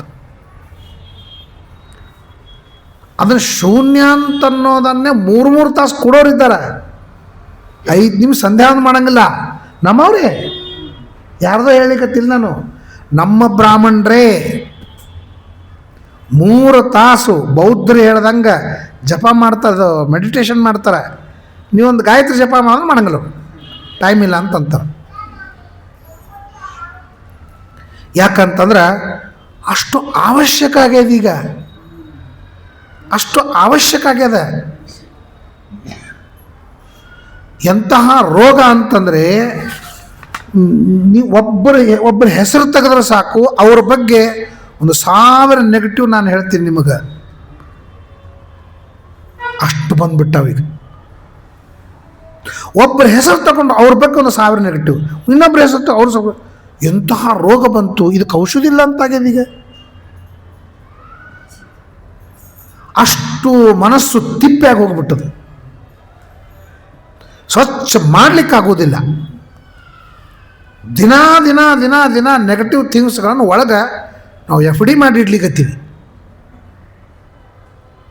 ಹೋಗಲಿ ಬಿಡು ಅಂತ ನನಗೆ ಇಲ್ಲ, ಅದಂಗೆ ಹೋಗಲಿ ಬಿಡು. ಅನಾವಶ್ಯಕವಾದಂತಹ ವಿಚಾರಗಳನ್ನು ತಲೆಯೊಳಗೆ ಇಟ್ಕೊಂಡಿರ್ತೀವಿ. ನನ್ನ ಹತ್ರ ಒಬ್ಬರು ಬಂದಿದ್ದರು, ಮನೆ ಜಗಳ ಬಂದರೆ ಏನು ರೀ ಇಲ್ಲ, ಎಷ್ಟು ಮದುವೆಯಾಗಿ 30 ವರ್ಷ ಆಗಿತ್ತು, 30-35 ವರ್ಷ ಆಗಿತ್ತು. ಬಂದು ಇಲ್ಲ ನಮ್ಮ ಹಳೆತನ ಒಳ್ಳ್ಯಾಕೆ ಇವ್ರು ಹಿಂಗೆ ಮಾತಾಡಿದ್ರು. ಅಯ್ಯೋ ಹಳೆತನ 30 ವರ್ಷದ ಹಿಂದಿನ ಹಳೆತನದ್ದು ಇನ್ನೂ ಇವ್ರ ತಲೆ ಆಗದ. ನಾ ಹೇಳ್ದೆ ನೋಡ್ರಿ, ಬೋರ್ಡ್ ಅಳಗಿಸಿದೊರ್ತು ಹೊಸಾದು ಬರ್ಲಿಕ್ಕೆ ಬರೋಂಗಿಲ್ಲ. ನೀವು ಹೊಸಾದು ಬರೀಬೇಕು ಅಂದ್ರೆ ಹಳಿದು ಅಳಗಿಸ್ಬೇಕಾಗ್ತದೆ. ಸೊ ಬೋರ್ಡ್ ಅಳಿಸಿದ್ರೆ ಹೊಸದೇನೋ ಬರೀಬೇಕು.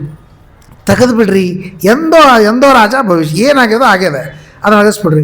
ಇಲ್ಲ ನೀವು ಹೇಳಿದ್ದು ಕರೆಕ್ಟ್ ಅದ ಬಿಡ್ರಿ, ನಾವು ಮರಿಲಾರ್ದೆ ಇದ್ರೆ ಹೆಂಗೆ ಕೊಡ್ಲಿಕ್ಕೆ ಬರ್ತದೆ, ಆದರೂ ದೀಪಾವಳಿ ಹಂಗೆ ಅನ್ಬಾರ್ದಾಗಿತ್ತು ಅಂತ ಬಿಡ್ಲಿಕ್ಕೆ ತಯಾರಿಲ್ಲ. ನಾವು ಹೇಳಿದ್ದು ಒಪ್ಪಿದ ಮೇಲೆ ಮತ್ತು ಆದರೂ ಶಬ್ದ ಬರೋದೇ ಮತ್ತೆ ಕೊನೆಗೆ ನಾನು ನಮಸ್ಕಾರ ಮಾಡೋದು. ನಿಮ್ಮನ್ನು ಸುಧಾರಿಸ್ಲಿಕ್ಕೆ ನನ್ನ ಕಡೆಯಿಂದ ಆಗೋದಿಲ್ಲ. ಎಷ್ಟು ಫ್ಯಾಮಿಲಿಗಳು ಸಣ್ಣ ವಿಷಯಗಳನ್ನು ಹಿಂದಿಂದೇ ಇಟ್ಟುಕೊಂಡು ಇವತ್ತಿಗೂ ರಾಗದ್ವೇಷಗಳನ್ನು ಸಾಧಿಸ್ತಾ ಇದ್ದಾರೆ. ಏನು ಬಂತು?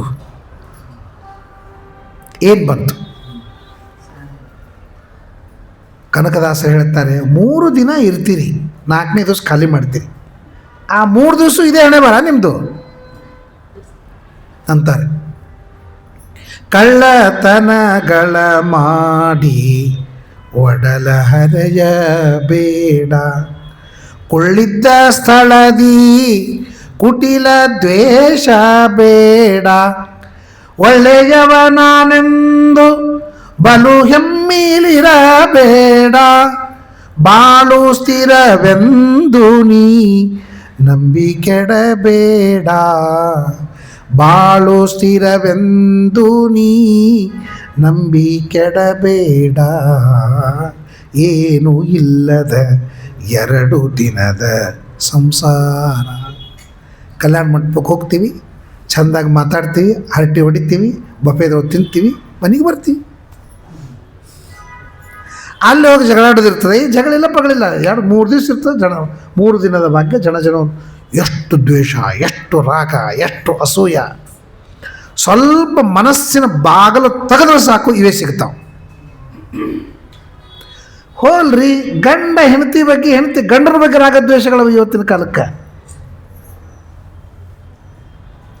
ಹೆಂಡತಿ ಗಂಡನ ಬಗ್ಗೆ 10 ಮಾತಾಡ್ತಾಳೆ, ಗಂಡ ಬಂದರು ಆಮೇಲೆ ಹೇಳ್ತೀನಿ ಅಂತ. ಇಂತಹ ರಾಗದ್ವೇಷಗಳು, ನಕಾರಾತ್ಮಕವಾದಂತಹ ವಿಚಾರಗಳು ಮನಸ್ಸಿನೊಳಗಿದ್ದಾಗ ನೀವು ಆರೋಗ್ಯದಿಂದ ಇರಬೇಕು ಅಂದರೆ ಯಾವ ಆ್ಯಂಗಲ್ದಿಂದ ಆರೋಗ್ಯದಿಂದ ಇರ್ತೀರಿ ನೀವು? ಆರೋಗ್ಯದಿಂದ ಇರ್ಲಿಕ್ಕೆ ಮೊದಲು ಮನಸ್ಸು ಪ್ರಸನ್ನ ಆಗಬೇಕು. ಮನಸ್ಸು ಪ್ರಸನ್ನ ಆಗದೊರ್ತು ಎಂದಿಗೂ ಆಗೋದು. ಮನಸ್ಸು ಪ್ರಸನ್ನ ಆಗಬೇಕು ಅಂತಂದ್ರೆ ಸ್ವಚ್ಛ ಇರಬೇಕು. ಈ ನೋಡಿ, ಹಾಲು ಇಷ್ಟೆಲ್ಲ ಸ್ವಚ್ಛದಲ್ಲ, ಏನಿಲ್ಲ, ಮನಸ್ಸು ಪ್ರಸನ್ನ ಆಗ್ತದೆ. ನಿಮ್ಮ ಮನೆ ಸ್ವಚ್ಛ ಇಡ್ರಿ, ನೋಡಿದ ಕೂಡಲೇ ಪ್ರಸನ್ನ ಆಗ್ತದೆ.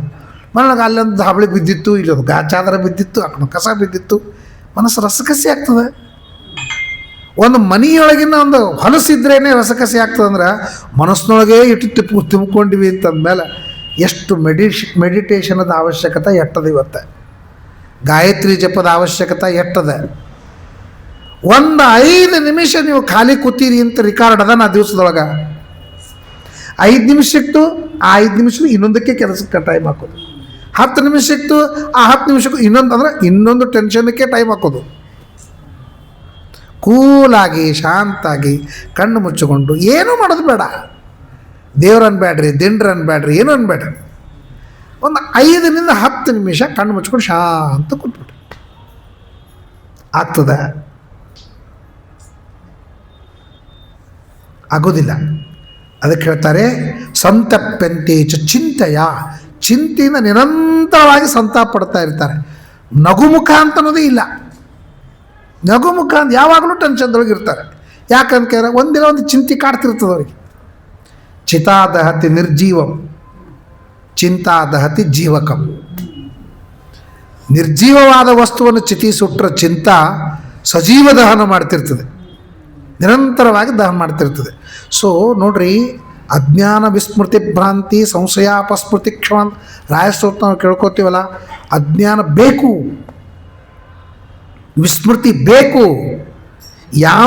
ಯಾವುದು ಬಾಧಕವಾದ ಅಜ್ಞಾನ ಅದು ತೆಗಿಂತ ರಾಯರಿಗೆ ಕೇಳ್ಕೊಳ್ಕತ್ತೀವಿ ನಾವು. ಇವತ್ತು ನಮ್ಮ ಅಪ್ಪ ತೀರ್ಕೊಂಡಾನಂತ ಮರ್ತೀನಿ ಅಂತೇಳಿ ನಾನು ನಕ್ಕೋತಿದ್ದೀನಿ. ದಿನ ಅದನ್ನೇ ನೆನೆಸೋದು ಕೂತು ನಕ್ಕೋತ ಹೆಂಗಿರ್ತೀನಿ ನಾನು, ಮರಿಬೇಕು. ಅದಕ್ಕೆ ದಾಸರು ಏನು ಹೇಳಿದ್ರು, ಅತ್ತೆಯ ಕಣ್ಣು ಹೋಗಲಿ ಮಾವನ ಕಾಲು ಮುರಿಯಲಿ. ಅತ್ತಿ ಹೋಗೋದು ಬೇಡ, ಯಾಕಂದ್ರೆ ಅತ್ತಿ ಬೇಕಾಕಿ ನಮಗೆ ಅಡುಗೆ ಮಾಡ್ಲಿಕ್ಕೆ ಬೇಕು, ಕಸ ಹುಡುಗ್ಲಿಕ್ಕೆ ಬೇಕು, ಮತ್ತು ನಾವೆಲ್ಲ ಹೊರಗೆ ಹೋದ್ರೆ ಮನೆ ಕಾಯ್ಲಿಕ್ಕೆ ಬೇಕು. ಅತ್ತಿ ಬೇಕು ನಮಗೆ. ಅತ್ತಿ ಬಾಧಕಲ್ಲ, ಅತ್ತಿ ಕಣ್ಣು ಬಾಧಕ. ಯಾಕಂದ್ರೆ ನಾ ಎಲ್ಲಿ ಹೋದ್ರೂ ಒಂದು ಕಣ್ಣಿಟ್ಟಿರ್ತಾಳಕ್ಕಿ. ಅದು ತವ್ರ ಮನೆಗೆ ಹೋಗ್ಬೇಕು ಅಂದ್ರೆ ಕಣ್ಣನ್ನು 24 ತಾಸು ಕಣ್ಣಿಟ್ಟಿರ್ತಾಳೆ, ಏನೇನು ತೊಗೊಂಡು ಹೋಗ್ತಾಳಂತ. ಅದಕ್ಕೆ ಅತ್ತೆಯ ಕಣ್ಣು ಹೋಗಲಿ. ಅತ್ತಿ ಯಾರು? ಅಜ್ಞಾನ. ಮಾವ ಯಾವುದು? ಕಾಮ. ಗಂಡ ಯಾರು? ಸಂಸಾರ. ಅವಿದ್ಯಾ ಕಾಮ ಕರ್ಮಾದಿ ನಿಮಿತ್ತೋಯಂ ಸಂಸಾರ. ಅವಿದ್ಯಾ ಮತ್ತು ಕಾಮದಿಂದ ಸಂಸಾರ ಬಂದದ. ನಾನು ಜೀವ, ಹೆಂಡತಿ, ನನ್ನ ಗಂಡ ಯಾರು? ಸಂಸಾರ. ಮನೆಯ ಗಂಡ ಮಾಯವಾಗಲಿ, ಉಣಬಂದ ಮೈದೂನ ಹೊರಗಲಿ, ಮನೆ ನೆರೆ ಮನೆಗಳು ಹಾಳಾಗಲಿ, ಅತ್ತಿಗೆ ನಾದಿನಿ ಮಡಿಯಲಿ ಗರಿಯೇ ಏನಾದರೂ. ಅತ್ತಿ ಬೇಕು, ಅವಿದ್ಯಾ ಬೇಕು, ಅಜ್ಞಾನ ಬೇಕು. ಗೊತ್ತಿಲ್ಲ ಅಂತನ್ನೋದು ಎಷ್ಟು ಸುಖ ಕೊಡ್ತದೆ ಗೊತ್ತದೆ ನಿಮಗೆ? ನೀವು ಪುರಾಣಕ್ಕೆ ಬಂದು ಕೂತೀರಿ, ನಿಮ್ಮ ಮನ್ಯಾಗ ಜಗಳ ಆಗ್ಲಿಕ್ಕತ್ತದ, ಆರಾಮ್ ಕೂತೀರಿ ನಕ್ಕೋತ. ಯಾಕೆ? ನಿಮಗೆ ಗೊತ್ತಿಲ್ಲ. ನಿಮ್ಗೆ ಯಾವಾಗ ಪುರಾಣ ಮುಗಿದು ಮಂತ್ರಾಕ್ಷತೆ ತೊಗೊಂಡು ಮನೆಗೆ ಹೋದ್ಮೇಲೆ ಶುರು, ಹಿಂಗಾಯ್ತು ಹಂಗಾಯ್ತು ಅಂತ ನಿಮ್ಗೆ ತ್ರಾಸ ಆಗ್ತದೆ. ಈಗ ಅಲ್ಲಿ ತನಕ ನಿಮ್ಗೆ ತ್ರಾಸ ಆಗೋದಿಲ್ಲ. ಅದೇ ನೀವು ಪುರಾಣಕ್ಕೆ ಮೊಬೈಲ್ ತೊಗೊಂಬಂದಿದ್ರಿ ಅಂತಂದ್ರೆ ಇಲ್ಲಿಂದೇ ನಿಮಗೆ ದುಃಖ ಸ್ಟಾರ್ಟ. ಯಾಕಂದ್ರೆ ಮನೆಯಾಗ ಆಗೋದೆಲ್ಲ ಇಲ್ಲಿ ನಿಮಗೆ ತೋರಿಸ್ತಿರ್ತಾರೆ, ಮೆಸೇಜ್ ಹಾಕ್ತಿರ್ತಾರೆ. ಸೊ ನಿಮಗೆ ಎಷ್ಟು ಗೊತ್ತಿಲ್ಲ ಅಂತ ಅಂಶ ಇರ್ತದೆ ಅಷ್ಟು ನಾವು ಸುಖವಾಗಿರ್ತೀವಿ. ಎಷ್ಟು ಗೊತ್ತಾಕೋತಿರ್ತದೆ ಅಷ್ಟು ದುಃಖ. ನಾವು ಮಗಳನ್ನ ಕೊಟ್ಟಿರ್ತೀವಿ, ನಡೆದಿರ್ತಾವೆ, ಅಲ್ಲಿ ಸುಖ ದುಃಖ ನಡೆದಿರ್ತಾವೆ, ನಮಗೆ ಗೊತ್ತಿಲ್ಲ, ನಾವು ಆರಾಮಿದ್ದೀವಿ. ಅಂದರೆ ಅಜ್ಞಾನ ಅಂತನ್ನೋದು ಕೂಡ ನಮಗೆ ಅನುಕೂಲವಾದದ್ದು. ಅಜ್ಞಾನ ಅಂತನ್ನೋದು ಆ ದೃಷ್ಟಿಯಿಂದ ಹೇಳ್ತಾರೆ. ಮತ್ತು ಕ್ಷೀಯಮಾನೇಶು ದೇಹೇಶು ದೇಹಿನಾಂ ಕಲಿದೋಷತಃ ಪಾಖಂಡ ಪ್ರಚುರೇ ಧರ್ಮೇ ದಸ್ಸು ಪ್ರಾಯೇಶು ರಾಜಸು. ಕ್ಷೀಯಮಾನೇಶು ದೇಹೇಶು, ದೇಹ ಕ್ಷೀಣ ಆಗ್ತಾ ಹೋಗ್ತದೆ. ಪ್ರತಿ ಕ್ಷಣಕ್ಕೆ ಕ್ಷೀಯಮಾನವಾಗ್ತದೆ ದೇಹ. ಮೊನ್ನೆ ಒಬ್ಬರು ಯೂಟ್ಯೂಬ್ದೊಳಗೆ ಬ್ರಾಹ್ಮಣರ ಬಗ್ಗೆ ಮಾತಾಡ್ತಾಯಿದ್ರು. ಬ್ರಾಹ್ಮಣರು ಯಾಕೆ ಸುಖವಾಗಿ ಸಂತೋಷವಾಗಿ ಇರ್ತಾರಂದ್ರೆ ಅವರಿಗೆ ಸ್ವಲ್ಪ ಜಪ ತಪ ಅಂತೇಳಿ ಸ್ವಲ್ಪ ಮಾಡ್ತಾರಲ್ಲ, ಹೀಗಾಗಿ ಮಾನಸಿಕವಾಗಿ ಅವ್ರು ಗಟ್ಟಿರ್ತಾರೆ. ಅವರು ಧ್ಯಾನ ಮಾಡ್ತಾ ಜಪ ಮಾಡೋ ಮುಂದಾಗ ನೆನಪಿನ ಶಕ್ತಿ ಬಳಸ್ತಾರಲ್ಲ, ಹಿಂಗೆ ಅವ್ರ ತಲೆ ಸ್ಟ್ರಾಂಗ್ ಇರ್ತದೆ. ಮೂರನೇದ್ದೇನು ಅಂದ್ರೆ ಯಾರು ಏನಂದ್ರೂ ಅವ್ರು ತಲೆಗೆ ಹಚ್ಕೊಂಗಿಲ್ಲ. ಅವರು ಎಣ್ಣೆ ಬಿಟ್ಟರೆ ತಲೆಗೇನು ಹಚ್ಕೊಂಗಿಲ್ಲ. ಅವರು ಅಷ್ಟು ಶಾಂತಿ ಇದ್ದಾರ, ಸಹನಶೀಲತೆ ಅದ. ಹೀಗಾಗಿ ಅವ್ರು ಯಾವಾಗಲೂ ಆನಂದವಾಗಿರ್ತಾರಂತ. ನಾನು ಸಂತೋಷಪಟ್ಟು ಒಬ್ಬರು ಹೊಗಳಿದ್ರಲ್ಲಪ್ಪ ನಮ್ಮ ಜಾತಿಗೆ. ಅಂದ್ರೆ ಎಷ್ಟು ಅವಶ್ಯಕ ಅದ ಜಪ ಮತ್ತು ಧ್ಯಾನ ಅಂತನ್ನೋದು ಎಷ್ಟು ಅವಶ್ಯಕತೆ, ಎಷ್ಟು ಅವಶ್ಯಕತೆ. ಒಂದು 10 ನಿಮಿಷ ಪ್ರಾಣಾಯಾಮ ಮಾಡಿ. ಪ್ರಾಣಾಯಾಮ ಮಾಡೋದರಿಂದ ಕಾನ್ಸಂಟ್ರೇಷನ್ ಜಾಸ್ತಿ ಆಗ್ತದೆ, ಏಕಾಗ್ರತೆ ಬೆಳೀತದೆ. ಏಕಾಗ್ರತೆ ಬೆಳೆದ್ರಿಂದ ಮನಸ್ಸು ಸ್ಟ್ರಾಂಗ್. ಹೆಂಗೆ ವ್ಯಾಯಾಮ ಆಡ್ದಂಗೆ ದೇಹ ಗಟ್ಟಿ ಆಗ್ತದೆ, ಹಂಗೆ ಏಕಾಗ್ರತೆ ಬೆಳೆದಂಗೆ ಮನಸ್ಸು ಗಟ್ಟಿ ಆಗ್ತದೆ. ಏಕಾಗ್ರತೆ ಈಸ್ ಈಕ್ವಲ್ ಟು ಮಾನಸಿಕ ವ್ಯಾಯಾಮ. ಎಷ್ಟು ಏಕಾಗ್ರತೆ ಅದ ನಿಮ್ಗೆ? ನಾವು ಇದೆಲ್ಲ ಭಾಳ ಲೌಕಿಕ ಅಂತ ಅನ್ನಿಸ್ತದೆ. ಒಂದು ಮಾತು ಹೇಳ್ತೀನಿ ನಿಮಗೆ, ಏಕಾಗ್ರತೆ ಇಲ್ಲ ಅಂತಲಿಕ್ಕೆ ಒಂದು ಅಂಗಡಿಗೆ ಹೋಗ್ತಿದ್ದೆವು ನಾವು. ಗಿರಾಕಿಗಳು ಭಾಳ ಇರ್ತಿದ್ದು. ಆ ಎಲ್ಲ ಗಿರಾಕಿಗಳು ಮುಗಿದ ತನಕ ನಾವು ಅಂಗಡಿಯೊಳಗೆ ನಿಂದಿರ್ತಿದ್ದೆವು ನಾವು. ಇವತ್ತು ನಿಂದಿರ್ತೀನಿ ಆಮೇಲೆ ಬರ್ತೀನಿ ನಿಂದು. ನಮ್ಮ ಮನೆಗೆ ಯಾರಾದರೂ ಆಚಾರ ಇದ್ದಾರೇನೋ ಅಂತ ಕೇಳಿದ್ರೆ, ಇಲ್ರಿ ಇನ್ನೊಂದು ಅರ್ಧ ತಾಸು ಬರ್ತಾರೆ. ಬರಲಿ ಬಿಡ್ರಿ, ಇಲ್ಲೇ ಕೂತಿರ್ತೀನಿ ಅಂತ ಕೂಡ್ತಿದ್ರು. ಈಗ ಹಂಗಲ್ಲ, ಅರ್ಧ ತಾಸು ಬಿಟ್ಟು ಬರ್ತೀನಿ ಅಂತಂತ. ನನಗೆ ಭಾಳ ಮಂದಿ ಫೋನ್ ಮಾಡ್ತಿರ್ತಾರೆ, ಮತ್ತು ಸಾಯಂಕಾಲ ಎಷ್ಟೊತ್ತಿಗೆ ಬರೋಣ ಒಂದು. ನಂದು 6ರಿಂದ 7 ಪಾಠ ಇರ್ತದೆ, ಬರ್ರಿ. ಸರಿ, ಹಂಗಾರೆ 7 ಆದ್ಮೇಲೆ ಬರ್ತೀವಿ. ಪಾಠದೊಳಗೆ ಬರ್ತೀನಿ ಅಂತ ಇರ್ಬೇಕು, ಬೇಡ 7 ಆದ್ಮೇಲೆ ಬರ್ತೀನಿ ಅಂತಂತಾರೆ. ತಾತ್ಪರ್ಯ ಏನು ಅಂದ್ರೆ ತಾಳ್ಮೆ ಇಲ್ಲ, ಏಕಾಗ್ರತೆ ಇಲ್ಲ, ಮನಸ್ಸು ಕ್ಷೀಣ ಆಗ್ತಾ ಹೋಗ್ತದೆ. ಏಕಾಗ್ರತಾ ವ್ಯಾಯಾಮ ಇಲ್ಲದೆ ಇದ್ದಂತಹ ದೇಹ ಹೆಂಗೆ ಕ್ಷೀಣವಾಗ್ತದೋ, ಏಕಾಗ್ರತಾ ಇಲ್ಲದೆ ಇದ್ದಂಥ ಮನಸ್ಸು ಕ್ಷೀಣವಾಗ್ತದೆ. ಆ ಏಕಾಗ್ರತಾ ಬರೋದೇ ಪ್ರಾಣಾಯಾಮದಿಂದ. ಎಷ್ಟು ಪ್ರಾಣಾಯಾಮವನ್ನು ಮಾಡ್ತೀವಿ ಅಷ್ಟು ಮನಸ್ಸಿನ ಏಕಾಗ್ರತೆ ಬೆಳೀತದೆ. ಎಷ್ಟು ಮನಸ್ಸಿನ ಏಕಾಗ್ರತೆ ಬೆಳೀತದೆ ಅಷ್ಟು ಮನಸ್ಸು ಬಲಿಷ್ಠ ಆಗ್ತದೆ. ಎಷ್ಟು ಮನಸ್ಸು ಬಲಿಷ್ಠ ಆಗ್ತದೆ ಅಷ್ಟು ಸಹನಶೀಲತೆ ಬೆಳೀತದೆ. ಎಷ್ಟು ಸಹನಶೀಲತೆ ಬೆಳೀತದೆ ಅಷ್ಟು ಶಾಂತವಾಗಿ ಇರ್ತಾನೆ. ಎಷ್ಟು ಶಾಂತವಾಗಿ ಇರ್ತಾನೆ ಅಷ್ಟು ಆಯುಷ್ಯ ಕೌಂಟ್ ಆಗ್ತದೆ ಜಾಸ್ತಿ. ಸರಪಳಿ ಇದ್ದಂಗೆ ಅದ ಒಂದಕ್ಕೊಂದು.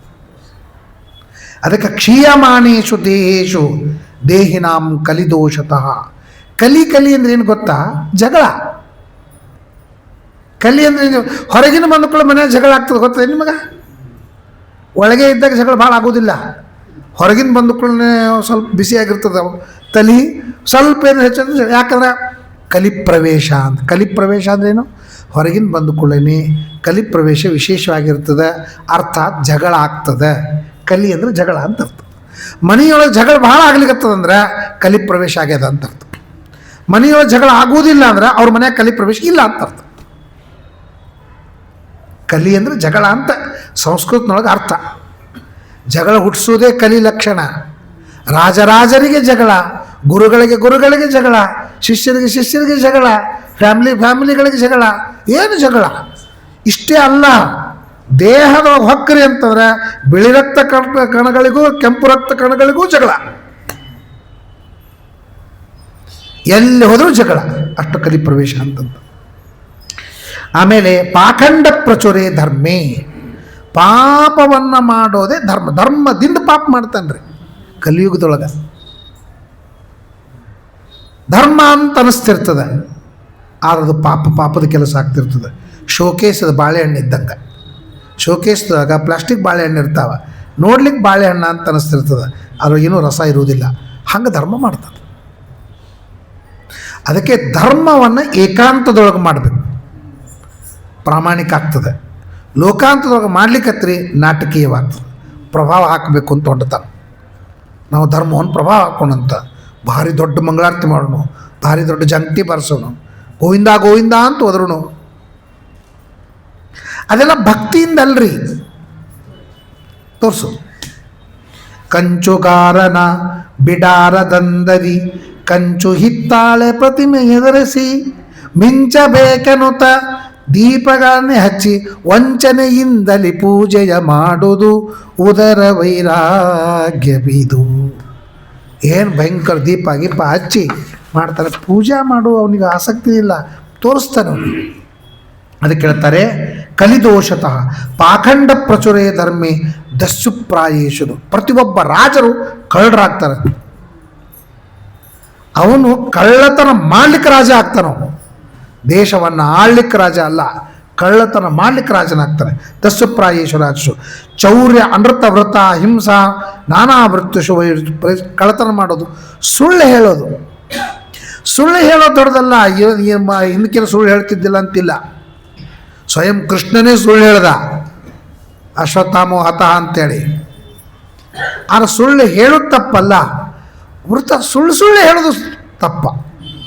ಈ ಸುಳ್ಳೆ ಅಂತಂತಾರೆ ಗೊತ್ತಿಲ್ಲ, ಅದರ ಡಬಲ್ ಸುಳ್ಳು ಅಂತ ಅರ್ಥ. ಕಾರಣ ಇರುವುದಿಲ್ಲ. ಈಗ ನೋಡ್ರಿ ಸರ್, ನೀವೇ ಹೇಳ್ತೀರಿ ಮೊಬೈಲ್ ಎಲ್ಲಿದ್ದಿ ಅಂತ ಕೇಳ್ತೀರಿ. ಎಲ್ಲಿದ್ದಿ ಅಂತ ಕೇಳಿದರೆ ಇನ್ನೂ ವಿಜಯನಗರದಾಗಿದ್ದಾನ, ಬಂದು ಇಲ್ಲೇ ದುರ್ಗದ ಬೈಲ್ ಹತ್ರ ಇದ್ದೀನಿ ಅಂತ. ಹೌದು, ನಾ ವಿಜಯನಗರದಾಗ ಇದ್ದೀನಿ ಅಂದರೆ ಏನಾಗೋದದ? ಒಂದು 5 ನಿಮಿಷ ಆಗಿರ್ತದೆ ಬಂದು. ಬಂದ ಅರ್ಧ ತಾಸು ಆಯ್ತು, ಏನು ಭಾಳ ಆಗಿಲ್ಲ ಅಂತಂದು 25 ನಿಮಿಷ ಸುಳ್ಳು ಹೇಳ್ದ, 5 ನಿಮಿಷ ಕರೆ ಇತ್ತು. ಕಾರಣ ಇಲ್ಲ, ಏನೋ ಕಾರಣ ಇರುವುದಿಲ್ಲ. ಅಂದ್ರೆ ಮೊದಲು ಸುಳ್ಳು ಬಿಡಬೇಕಾದದ್ದು ವೃಥ. ಅದಕ್ಕೆ ಪಾಪ ನಾವೇನು ಮಾಡ್ತೇವೆ ಗೊತ್ತದೇನೋ? ಪಾಪ ಮಾಡ್ತಾ ಇರುವಾಗ ವಿನಾಕಾರಣ ಪಾಪ ಮಾಡ್ತಿರ್ತೀವಿ. ಕಾರಣ ಇರೋದಿಲ್ಲ, ಸುಮ್ಮನೆ ಕೂತಿರ್ತೀವಲ್ಲ, ಅಲ್ಲೇನೋ ಸೊಳ್ಳೆ ಕೂತಿರ್ತದೆ, ನಮ್ಮನ್ನು ಕಡಿದ್ರಲ್ಲಂಗೆ ಬಿಟ್ಟರು ಪಟ್ಟಂತ ಹೊಡೆದ್ಬಿಡೋದು. ಅದನ್ನು ಹೊಡೆದ ಕಾರಣ ಇದ್ದಿದ್ದಿಲ್ಲ, ಮಾಡ್ತೀವಿ ನಾವು. ಎಷ್ಟೋ ಅನಾವಶ್ಯಕ ಪಾಪ ಮಾಡ್ತೀವಿ.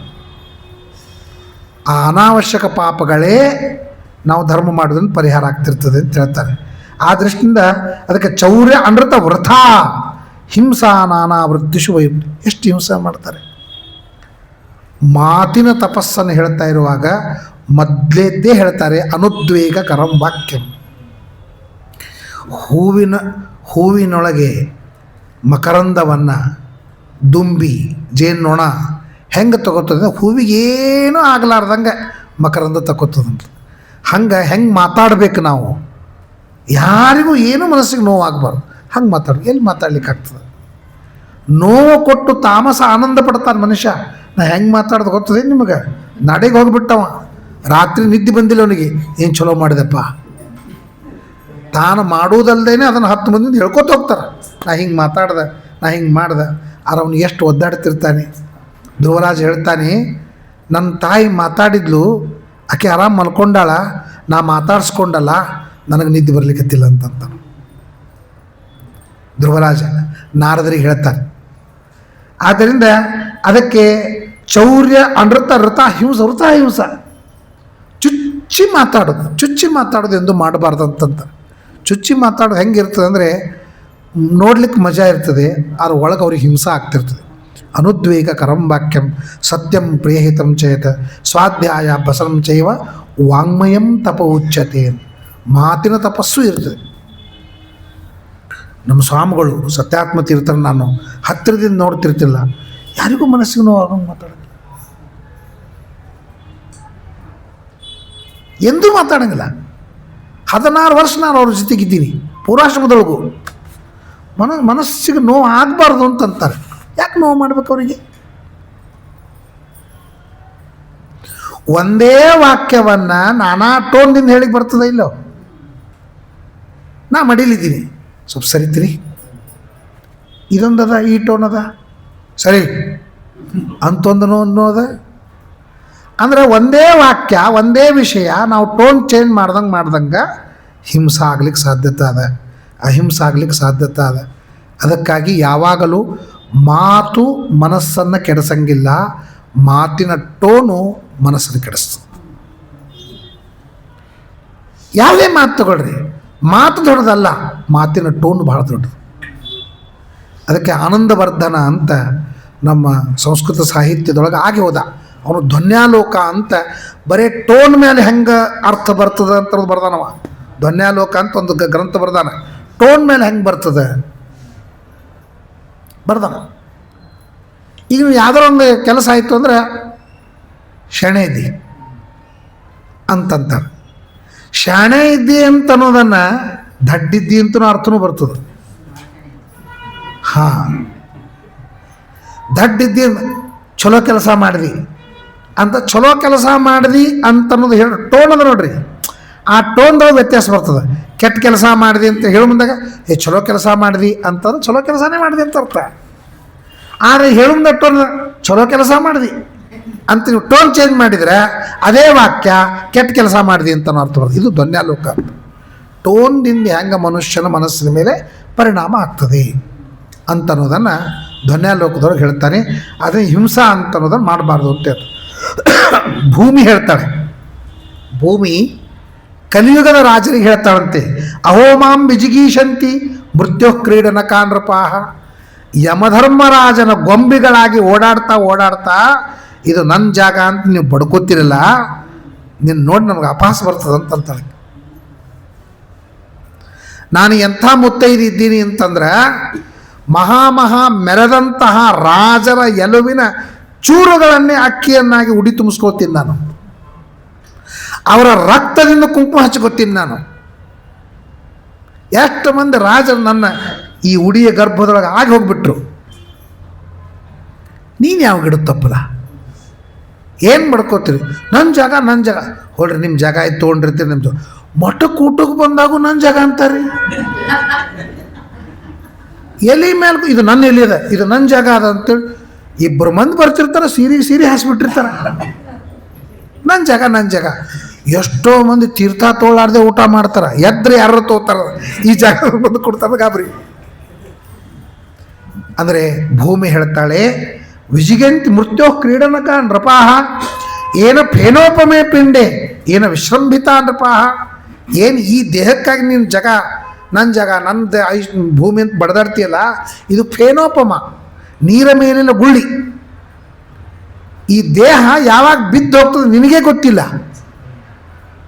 ಆದ್ರೆ ನಾನು ಶಾಶ್ವತ ಇದ್ದೀನಿ, ಈ ಭೂಮಿ ತೋತೀನಿ, ಇಲ್ಲೊಂದು ಅರಮನೆ ಕಟ್ತೀನಿ, ಅರಮನೆ ಒಳಗೆ ನಾನು ಸುಖವಾಗಿರ್ತೀನಿ.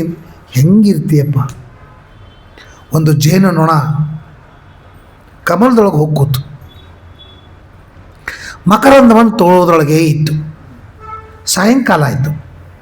ಸಾಯಂಕಾಲ ಆದಮೇಲೆ ಸೂರ್ಯ ಅಸ್ತಾಗ್ಬಿಟ್ಟ. ಸೂರ್ಯ ಅಸ್ತ ಆದಾಗ ಒಳಗೆ ಸಿಗಿಬಿತ್ತದು. ಆ ಸಿಗಿಬಿದ್ದಂತಹ ಜೇನ್ನೊಣ ಏನಂತು ಅಂದರೆ, ರಾತ್ರಿ ಗಮಿಷ್ಯತಿ ಭವಿಷ್ಯತಿ ಸುಪ್ರಭಾತಂ. ರಾತ್ರಿ ಹೊರಟು ಹೋಗ್ಬಿಡುತ್ತದೆ, ಬೆಳಿಗ್ಗಾಗಿಬಿಡುತ್ತದೆ. ಭಾಸ್ವಾನ್ ಉದೇಶ್ಯತಿ ಹಸಿಷ್ಯತಿ ಪಂಕಜಶ್ರೀ. ಸೂರ್ಯೋದಯ ಆಗ್ತದೆ, ಕಮಲ ಹಿಂಗೆ ಮತ್ತೆ ಅರಳುತ್ತದೆ. ಕಮಲ ಅರಳದ ಮೇಲೆ ನಾನು ಮತ್ತೆ ಈ ಕಮಲದಿಂದ ಹೋಗ್ತೀನಿ, ನನ್ನ ಹೆಂಡ್ರ ಮಕ್ಕಳನ್ನ ನೋಡ್ತೀನಿ, ಈ ಎಲ್ಲ ಮಕ್ಕಳನ್ನ ಒಯ್ದು ಕೊಡ್ತೀನಿ.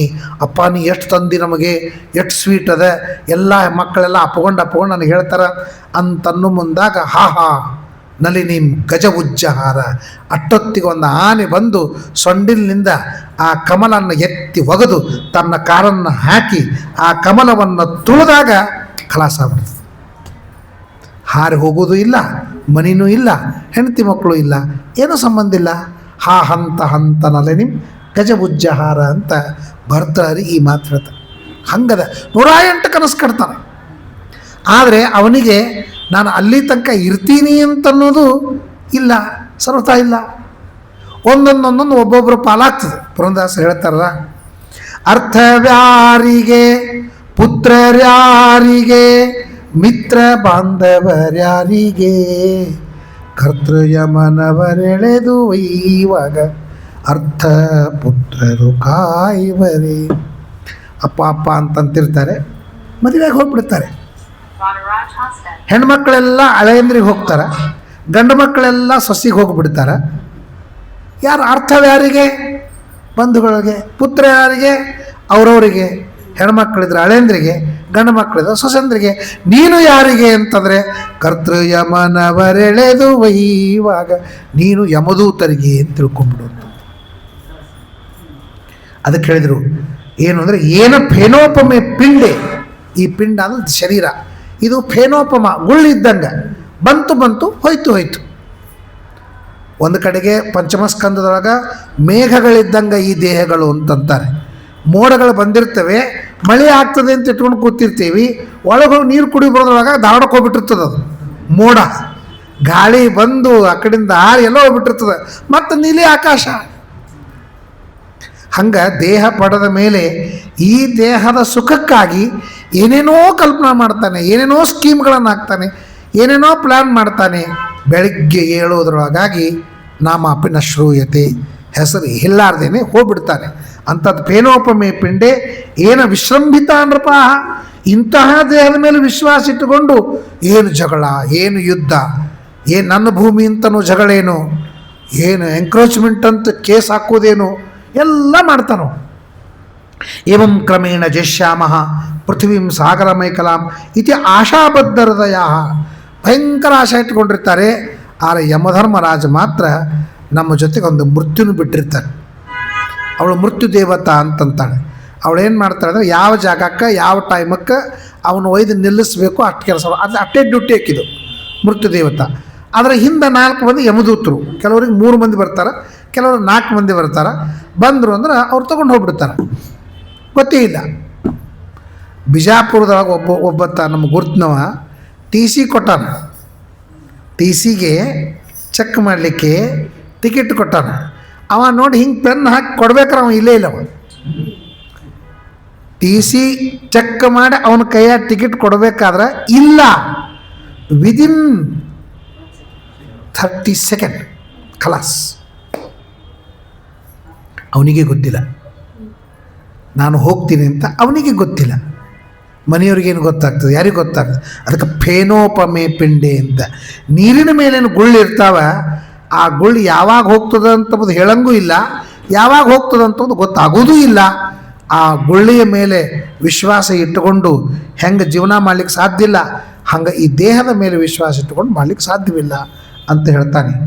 ಭೂಮಿ ಹೇಳ್ತಾಳೆ, ಮತ್ಕೃತೆ ಸ್ಪರ್ಧಮಾನಾಹ ಮಿಥೋಗ್ನಂತಿ ಮ್ರಿಯಂತೆ ಮತ್ಕೃತೆ ನೃಪ. ನಾವು ನೋಡ್ತೀವಲ್ಲ, ಅಣ್ಣ ತಮ್ಮಂದ್ರನ್ನು ಕೊಲ್ತಾರೆ, ಪಿತ್ರಾದಿ ವಿಗ್ರಹ ಅವ್ವಾಪನ ಜೊತೆಗೆ ವಿರೋಧ ಮಾಡ್ಕೊಳ್ತಾರೆ. ಎದಕ್ಕೆ? ಮನಿ. ಆ ಕಡೆ ಭಾಗ ನನಗೆ ಬೇಕು, ಈ ಕಡೆ ಭಾಗ ನಿನಗೆ ಬೇಕು, ಆ ಕಡೆ ಭಾಗ ಈ ಕಡೆ ಭಾಗ ಅನ್ಕೋತ ಇವ್ರನ್ನೆಲ್ಲ ಭಾಗ ಮಾಡೋಗೋದು ಬಿಡ್ತಾರೆ, ಕೊಲ್ತಾರೆ. ತಂದೆ ತಾಯಿ ಅಣ್ಣ ತಮ್ಮ ಜೀವ ಹತ್ಯೆ ಅಂತನ್ನುವ ಮಹಾಪಾಪದ ಕಡೆಗೆ ಲಕ್ಷ್ಯ ಇರುವುದಿಲ್ಲ. ಆ ಎಲ್ಲ ಪಾಪಗಳನ್ನು ಮಾಡ್ತಾರೆ ನನಗೋಸ್ಕರ ಮಾಡ್ತಾರೆ. ಇವ್ರಿಗೆ ನಾ ಏನು ಹೇಳಲಿ ಅಂತಂತಾಳಂತೆ ಭೂಮಿ. ಭೂಮಿ ಹೇಳೋ ಮಾತು ಹೇಳ್ತಾರೆ, ಸ್ಪರ್ಧಮಾನ ಮಿಥೋಗ್ನಂತಿ ಮ್ರಿಯಂತೆ ಮತ್ಕೃತೆ ನೃಪಾಹ. ಇಷ್ಟೆಲ್ಲ ಕಲಿಯುಗದ ಸಮಸ್ಯೆ ಆಗ್ತಾ ಇರುವ ಕಲ್ಕಿಯಾದಂಥ ಪರಮಾತ್ಮ ಅವತಾರವನ್ನು ಮಾಡ್ತಾನೆ. ಧರ್ಮತ್ರಾಣಾಯ ಸತ್ವೇನ ಭಗವಾನ್ ಅವತರಿಷ್ಯತಿ. ಪರಮಾತ್ಮ ಕಲ್ಕಿಯಾಗಿ ಅವತಾರ ಮಾಡ್ತಾನಂತೆ. ಅವನು ಶಾಂಬಲ ಗ್ರಾಮದ ಮುಖ್ಯನಾದಂಥ ವಿಷ್ಣು ಯಶಸ್ಸು ಅಂತ. ಇದು ಮಹಾಭಾರತದೊಳಗೆ ಇವನು ಸ್ವಯಂಭೂ ಮನುವಿನ ಅವತಾರ ಅಂತಲೇ ಹೇಳಿದ್ದಾರೆ. ಅವನ ಹೆಂಡತಿ ಸುಮತಿ, ವಿಷ್ಣು ಕೀರ್ತಿ ಮತ್ತು ಸುಮತಿ ಇವರಿಬ್ಬರಲ್ಲಿ ಕಲ್ಕಿಯಾದಂಥ ಪರಮಾತ್ಮ ಅವತಾರವನ್ನು ಮಾಡ್ತಾನೆ. ಬೆಂಗಳೂರು ಕಲ್ಕಿ ಅಲ್ಲ, ಅವನಿಗೆ ಜೈಲಿನೊಳಗಿದ್ದ. ಭಾಳ ವರ್ಷದಿಂದ ಕಲ್ಕಿ ಅವತಾರ ಅಂತಾಯಿತು. ಕೊನೆಗೆ ಅವನ ಅವತಾರ ಏನು ಅಂತ ಗೊತ್ತಾಯಿತು. ಈಗ ಅವನು ವೈಕುಂಠದೊಳಗಿಲ್ಲ, ಜೈಲಿನೊಳಗಿದ್ದಾನೆ. ಕಲ್ಕಿ ಅವತಾರ ಇಷ್ಟು ಲಘು ಆಗೋದಿಲ್ಲ, 32,000 ವರ್ಷ ಆಗಬೇಕು. ಈಗ 5 ವರ್ಷ ಆಗ್ಯದ ಕಲಿಯುಗ ಪ್ರಾರಂಭ ಆಗಿ. ಈಗ ಇಂಥ ಮಹಾನುಭಾವರು ಸಿಗ್ತಾರೆ ಕಲಿಯುಗ ನೋಡಲಿಕ್ಕೆ. ನಾಟಿ ಕೋಳಿ ತಿನ್ನೋರು, ನಿಮಗೆ ಕಲ್ಪನೆ ಇಲ್ಲ. ಇನ್ನು ಮುಂದೆ ಎಷ್ಟು ಘೋರದ ಅಂತ ಲೆಕ್ಕ ಮಾಡಿದರೆ ಪರಮಾತ್ಮ ಬರೋದು ಇನ್ನೂ ಭಾಳ ತಡ ಅದ. ನಾನು ಬೆಂಗಳೂರೊಳಗೆ ಪ್ರವಚನ ಮಾಡೋದು ಇದೇ ಹೇಳಿದೆ. ನಾನು ಯಾಕೆ ಈ ಕಲ್ಕಿ ಅಂತ ಒದ್ದಾಡ್ಲಿಕ್ಕೆ ಕಲ್ಕಿ ಅವತಾರ ಇಷ್ಟು ಲಘು ಆಗೋದಿಲ್ಲ. ಭಗವಾನ್ ಅವತರಿಷ್ಯತಿ. ಶಿವನನ್ನು ಕುರಿತು ತಪಸ್ಸು ಮಾಡ್ತಾನೆ. ಆ ಶಿವ ಒಂದು ಕುದುರೆ ಕೊಡ್ತಾನೆ. ಆ ಕುದುರೆ ಹೆಸರು ದೇವದತ್ತ ಅಂತ. ಮತ್ತೊಂದು ಖಡ್ಗ ಕೊಡ್ತಾನೆ ಶಿವ. ಖಡ್ಗ ಕೊಡ್ತಾನೆ, ಅದಕ್ಕೆ ನಂದಕ ಅಂತ ಖಡ್ಗ. ಪರಶುರಾಮ ದೇವರಲ್ಲಿ ವಿದ್ಯಾಭ್ಯಾಸವನ್ನು ಮಾಡ್ತಾನೆ. ಆಮೇಲೆ ಸಿಂಹಳ ದ್ವೀಪದಲ್ಲಿದ್ದಂಥ ಒಬ್ಬ ಬೃಹದ್ರಥ ಅಂತನ್ನುವ ರಾಜ, ಅವನ ಮಗಳು ಪದ್ಮಾವತಿ ಅಂತೇಳಿ, ಆ ಪದ್ಮಾವತಿಯನ್ನು ಈ ಕಲ್ಕಿ ಮದುವೆ ಆಗ್ತಾನೆ. ಮದುವೆಯಾಗಿ ಅವನು ನೃಪಲಿಂಗಚ್ಛದೋದಸ್ಯು ಕೋಟಿಶೋ ನಿಹನಿಷ್ಯತಿ. ಎಲ್ಲ ರಾಜರ ವೇಷವನ್ನು ಧಾರಣೆ ಮಾಡಿ ದೇಶದ್ರೋಹವನ್ನು ಮಾಡತಕ್ಕಂತಹ ಎಲ್ಲ ರಾಜರನ್ನು ಕೊಂದು ಬಿಡ್ತಾನೆ. ಕೋಟಿಶಃ ನಿಹನಿಷ್ಯತಿ, ಎಲ್ಲರನ್ನು ಕೊಲ್ತಾನೆ. ಇದ್ರ ಜೊತೆಗೆ ಏನು ಮಾಡ್ತಾನೆ ಅಂದರೆ, ಯಾರು ಸಜ್ಜನರು ಇರ್ತಾರೆ ಅವರ ಮನಸ್ಸು ಕೂಡ ಕಲಿ ಪ್ರವೇಶದಿಂದ, ಕಲಿಯ ದೋಷದಿಂದ ಕೆಟ್ಟಿರ್ತದೆ. ಮನಸ್ಸಿನೊಳಗೆ ಕಲಿ ಪ್ರವೇಶ ಮಾಡಿದ ಮನಸ್ಸಿನೊಳಗೆ ಕಲಿಕೆ ಪ್ರವೇಶ ಮಾಡ್ತಾನೆ ಪರಮಾತ್ಮ. ಮನದೊಳಗೆ ನೀನಿದ್ದು ಮನವೆಂದೆನಿಸಿಕೊಂಡು ಮನದ ವೃತ್ತಿಗಳೆಲ್ಲ ಸೃಜಿಸುವಿ. ಆ ಮನಸ್ಸಿನೊಳಗಿದ್ದು ಮನದ ವೃತ್ತಿಗಳನ್ನೆಲ್ಲ ಸೃಷ್ಟಿ ಮಾಡ್ತಾನಲ್ಲ. ಮನದ ವೃತ್ತಿ ಅಂದರೆ ಅನಿಸಿಕೆಗಳು, ಭಾವನೆಗಳು, ಅವುಗಳನ್ನು ಚೇಂಜ್ ಮಾಡ್ತಾನಂತೆ ಪರಮಾತ್ಮ ಮನಸ್ಸಿನೊಳಗೆ. ಕಲ್ಕಿಯಾದ ಪರಮಾತ್ಮ ಯಾರು ಸಜ್ಜನರಿದ್ದಾರೆ ಅವರ ಮನಸ್ಸಿನೊಳಗೆ ಏನೇನು ಕೆಟ್ಟ ಭಾವನೆಗಳು ನೆಲಗೂಡಿವೆ ಅದನ್ನೆಲ್ಲ ಸ್ವಚ್ಛ ಮಾಡ್ತಾನಂತೆ. ಹೊರಗಡೆಗೆ ದುಷ್ಟ ರಾಜರನ್ನು ಕೊಂದೇ ಬಿಡ್ತಾನೆ, ಸಜ್ಜನರನ್ನು ಕೊಲ್ಲುವುದಿಲ್ಲ. ಸಜ್ಜನರ ಮನಸ್ಸಿನೊಳಗೇನು ಕೆಟ್ಟ ಭಾವನೆಗಳವ ಅವನ್ನೆಲ್ಲ ಕೊಂದು ಬಿಡ್ತಾನೆ. ಆಗ ಕೃತಂ ಭವಿಷ್ಯತಿ ತದಾ ಪ್ರಜಾಸೂತಿಶ್ಚ ಸಾತ್ವಿಕಿ. ಕೃತಯುಗ ಪ್ರಾರಂಭವಾಗ್ತದೆ. ಇದ್ದವರೆಲ್ಲ ಒಳ್ಳೆ ಮನಸ್ಸುಳ್ಳವರಾಗ್ತಾರೆ. ಅವರಿಂದ ಹುಟ್ಟತಕ್ಕಂಥ ಸಂತಾನವೆಲ್ಲ ಸಾತ್ವಿಕವಾದ ಸಂತಾನ ಇರುತ್ತೆ. 4 ಪಾದ ಧರ್ಮವನ್ನು ಪರಿಪಾಲನೆ ಮಾಡೋರು ಬರ್ತಾರೆ. ಆಶ್ಚರ್ಯ ಅನ್ನಿಸ್ತದೆ, ದೈತ್ಯರು ರಾಕ್ಷಸರು ಕೂಡ 4 ಪಾದ ಧರ್ಮವನ್ನು ರಕ್ಷಣೆ ಮಾಡ್ತಾರೆ. ಅಧರ್ಮ ಅಂತ ಅನ್ನೋದೇ ಇರುವುದಿಲ್ಲ. ಮತ್ತೆ ಪರಮಾತ್ಮ ಅವತಾರ ಮಾಡಬೇಕು ಅವ್ರ ಕಡೆಯಿಂದ ಅಧರ್ಮ ಮಾಡಿಸ್ಲಿಕ್ಕೆ. ಅಧರ್ಮ ಮಾಡಿದ್ದಕ್ಕೆ ಕೊಲ್ಲಿಗೆ ಬರೋನು ಅವನೇ. ಕೃತಯುಗದೊಳಗೆ ಎಲ್ಲರೂ ಧರ್ಮ ಮಾಡ್ಲಿಕ್ಕತ್ರು. ಮುಂದೇನು ಮೋಕ್ಷ, ಅವ್ರಿಗೂ ಮೋಕ್ಷ ಆಗಬೇಕಾ? ಅಯೋಗ್ಯರು. ಅದಕ್ಕಾಗಿ ಪರಮಾತ್ಮ ಏನು ಮಾಡ್ದ? ಮತ್ತೆ ಅವತಾರ ಮಾಡ್ದ. ನರಸಿಂಹ ರಾಮ ಕೃಷ್ಣ ಅವತಾರ ಮಾಡಿ ಅವನ ಬಗ್ಗೆ ತಪ್ಪು ತಿಳ್ಕೊಂಡು ಅವನ ಬಗ್ಗೆ ದ್ವೇಷ ಮಾಡಿ ಪಾಪ ಮಾಡಿ ಅವ್ರದ್ದೇನು ಸಾಧನೆ ಅವ್ರು ಮಾಡ್ಕೊಂಡ್ಬಿಟ್ರು. ಅಂದ್ರೆ ಅವರು ಅಧರ್ಮ ಮಾಡಲಿಕ್ಕೂ ದೇವರ ಅವತಾರ ಮಾಡಬೇಕು, ಅಧರ್ಮ ಮಾಡಿ ತ್ರಾಸು ಕೊಟ್ಟಿದ್ದಕ್ಕೂ ದೇವರ ಅವತಾರ ಮಾಡಬೇಕು ಅಂತಲಿಕ್ಕೆ ರಾಮಕೃಷ್ಣಾದಿಗಳಿಂದ ಅಧರ್ಮವನ್ನು ಮಾಡಿಸ್ತಾನೆ, ಕಲ್ಕಿಯಿಂದ ಅವರನ್ನೆಲ್ಲ ಸಂಹಾರ ಮಾಡ್ತಾನೆ. ಹಿಂಗಿದು ಸರ್ಕಲ್ ಆಗ್ತಿರ್ತದೆ. ಅದಕ್ಕೆ ಕೃತಯುಗ ಪ್ರಾರಂಭವಾಗ್ತದೆ. ಆಮೇಲೆ ತತ್ಕಾಲದ ಲೋಕಗಳು, ಆಮೇಲೆ ಮನಸ್ಸು ಹೆಂಗಿರ್ತದೆ, ಕೃತಯುಗ ಪ್ರಾರಂಭ ಆಯಿತು ಅಂದರೆ ಮನಃಪ್ರಸಾದ, ಶಾಂತ ಮನಸ್ಸಿರ್ತದೆ,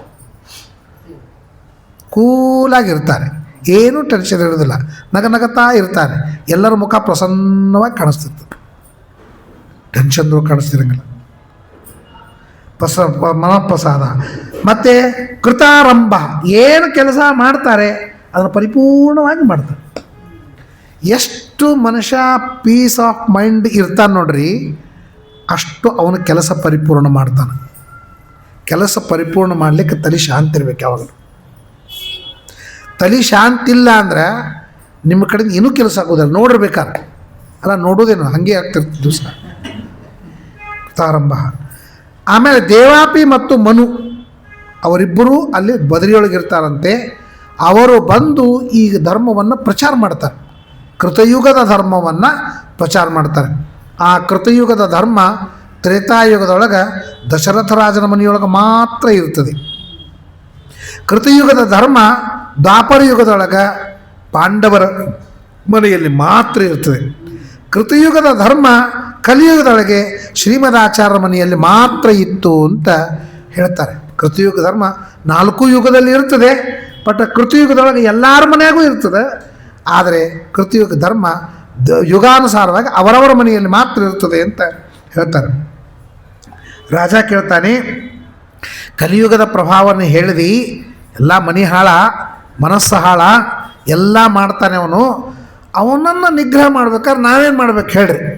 ನಮಗೆ ಬೇಡಾಗ್ಯದ ಅದು, ಕಲಿಯ ಪ್ರಭಾವ ನಮಗೆ ಬೇಡ. ಅದಕ್ಕೇನು ಮಾಡ್ಬೇಕು? ಏನೋಪಾಯ ಏನು ಭಗವಾನ್ ಕಲೇರ್ ದೋಷನ್ ಕಲವು ಜನ ಅಂತಂದಾಗ ಶುಕಾಚಾರ್ಯ ಹೇಳ್ತಾರೆ, 4 ಪಾದ ಧರ್ಮ: ಸತ್ಯ, ದಯ, ತಪಸ್ಸು, ದಾನ ಅಂತ 4. ಈ 4 ಕೃತಯುಗದೊಳಗೆ 4 ಇದ್ದು. ಕೃತಯುಗದೊಳಗೆ ಜನರು ಹೆಂಗಿದ್ರು ಅಂದರೆ ಸಂತುಷ್ಟಾಹ. ಸಂತುಷ್ಟಾಹ ಅಂದ್ರೆ ಏನು ಗೊತ್ತಾ? ಸಂತುಷ್ಟ ಅಂದರೆ ಸಾಕು ಎಂಬ ಬುದ್ಧಿಗೆ ಸಂತುಷ್ಟ ಅಂತ. ಸಂತೋಷ ಅಂತನ ಶಬ್ದಕ್ಕೆ ಸಾಕು ಎಂಬ ಬುದ್ಧಿ. ಅದಕ್ಕೆ ಅನ್ನದಾನ ಎಲ್ಲಕ್ಕಿಂತಲೂ ಶ್ರೇಷ್ಠ ಅಂತಂತಾರೆ. ಅನ್ನದಾನ ಎಲ್ಲಕ್ಕಿಂತಲೂ ಶ್ರೇಷ್ಠ ಯಾಕೆ ಗೊತ್ತಾ? ಅಲ್ಲಿ ಸಾಕು ಅಂತ ಬುದ್ಧಿ ಅದ.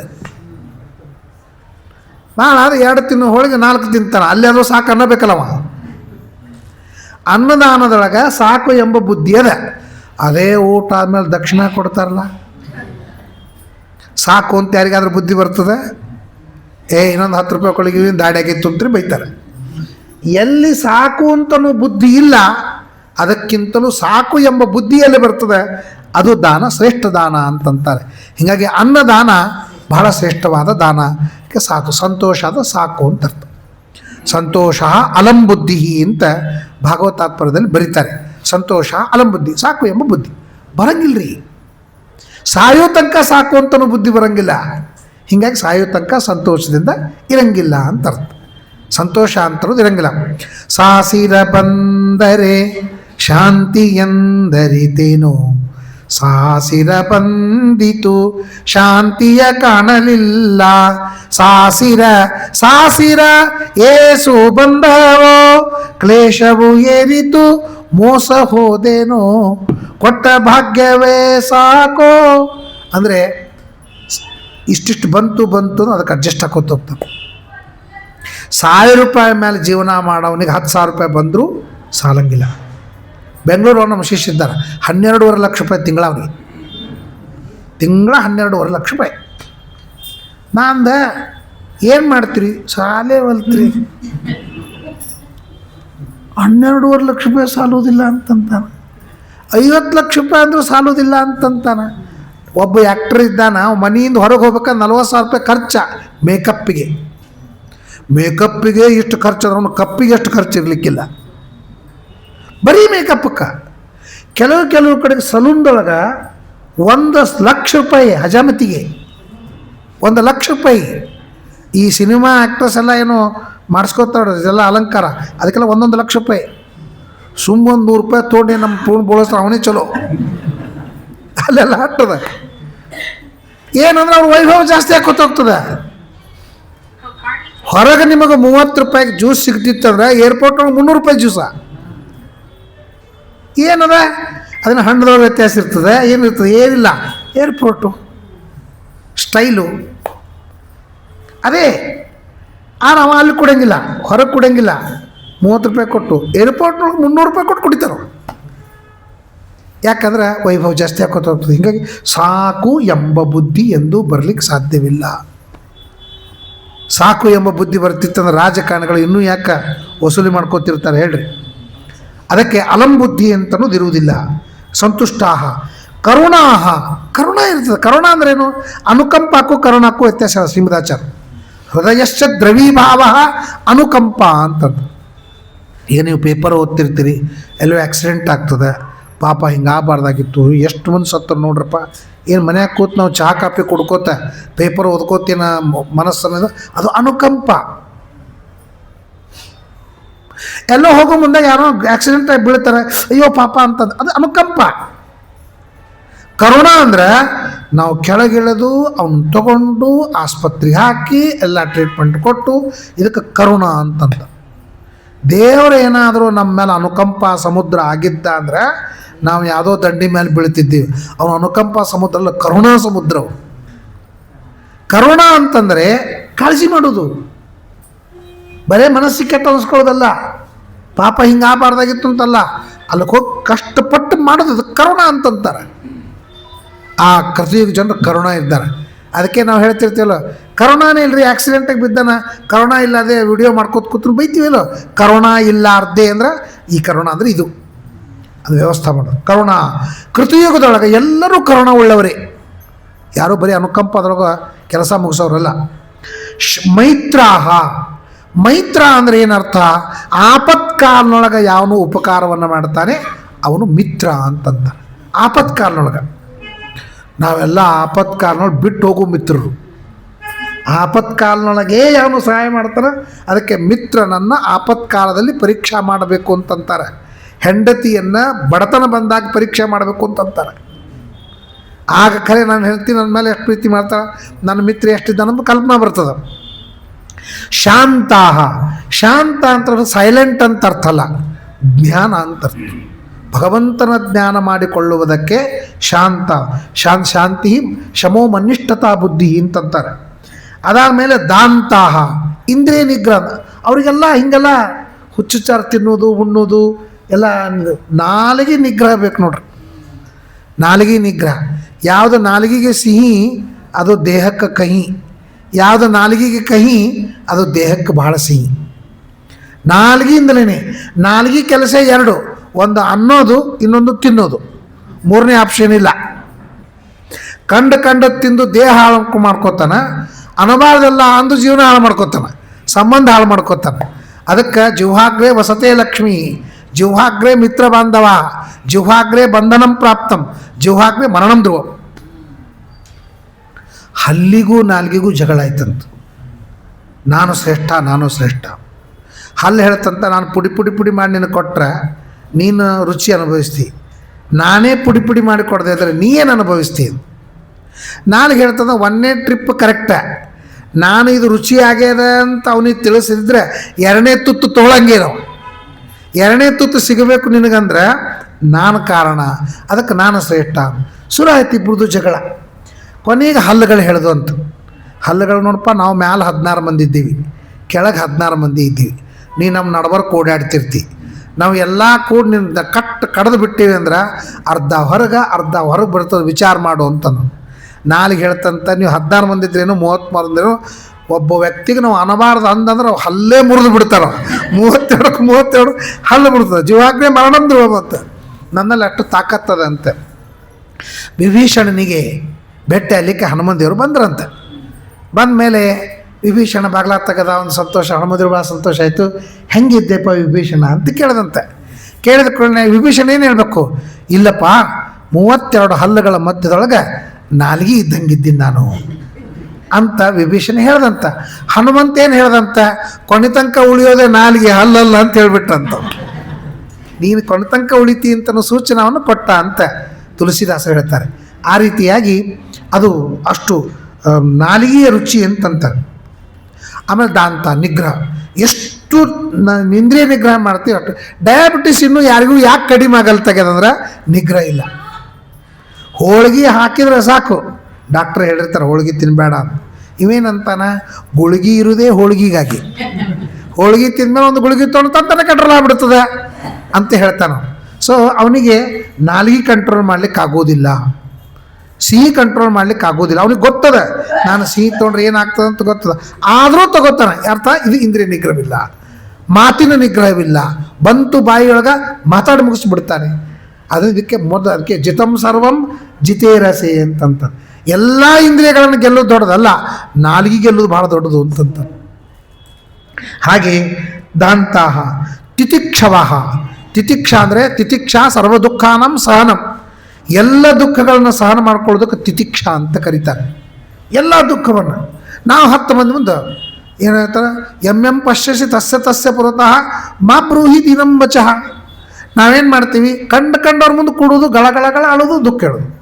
ಅವ್ರೇನು ಮಾಡ್ತಾರೆ, ಅವ್ರು ತಮ್ಮನಿ ದುಃಖ ಹೇಳ್ಕೋತ ಅಳತಾರ. ನಿನ್ನ ದುಃಖ ಕೇಳಂಗಿಲ್ಲ, ಅವರು ಕೇಳಂಗೇ ಇಲ್ಲ.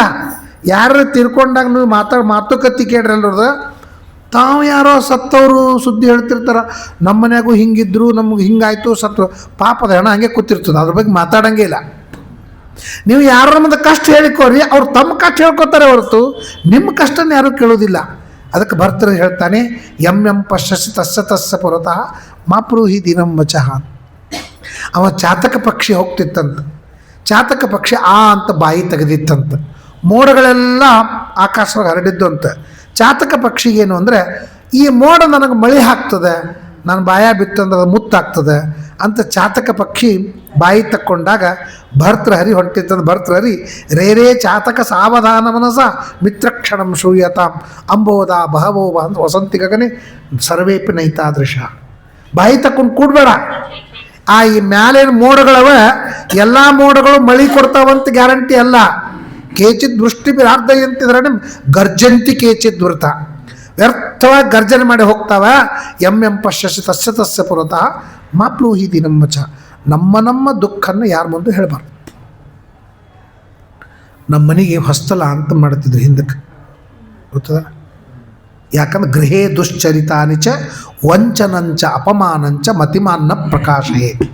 ಅದು ನರಸಿಂಹದೇವರ ಪ್ರತಿಮಾ ಹೊಸ್ತಲ ಅಂದ್ರೆ. ಬೆಳಿಗ್ಗೆ ಪೂಜೆ ಮಾಡಿದ ಮೇಲೆ ಹೊರಗೆ ಹೋಗಬೇಕು, ಹೊರಗಿನವ್ರು ಒಳಗೆ ಬರಬೇಕು, ಅಲ್ಲಿ ತನಕ ಬರಬಾರ್ದು. ಹೊಸ್ತಲ ಪೂಜೆ ಆಗದೊರ್ತು ಮಾಡಬಾರ್ದು ಅಂತ ಹೇಳಿದ್ರು. ಎಷ್ಟು ಮಂದಿ ಎಷ್ಟು ಓಡಾಡ್ತಾರೋ ಅಷ್ಟು ಕಾಲ ನರಕ ಆಗ್ತದೆ ಅಂತ ಹೇಳ್ಯಾರ. ಅದು ಹೊಸ್ತಲ. ಅದು ಒಂಥರದ ಲಕ್ಷ್ಮಣ ರೇಖಾ.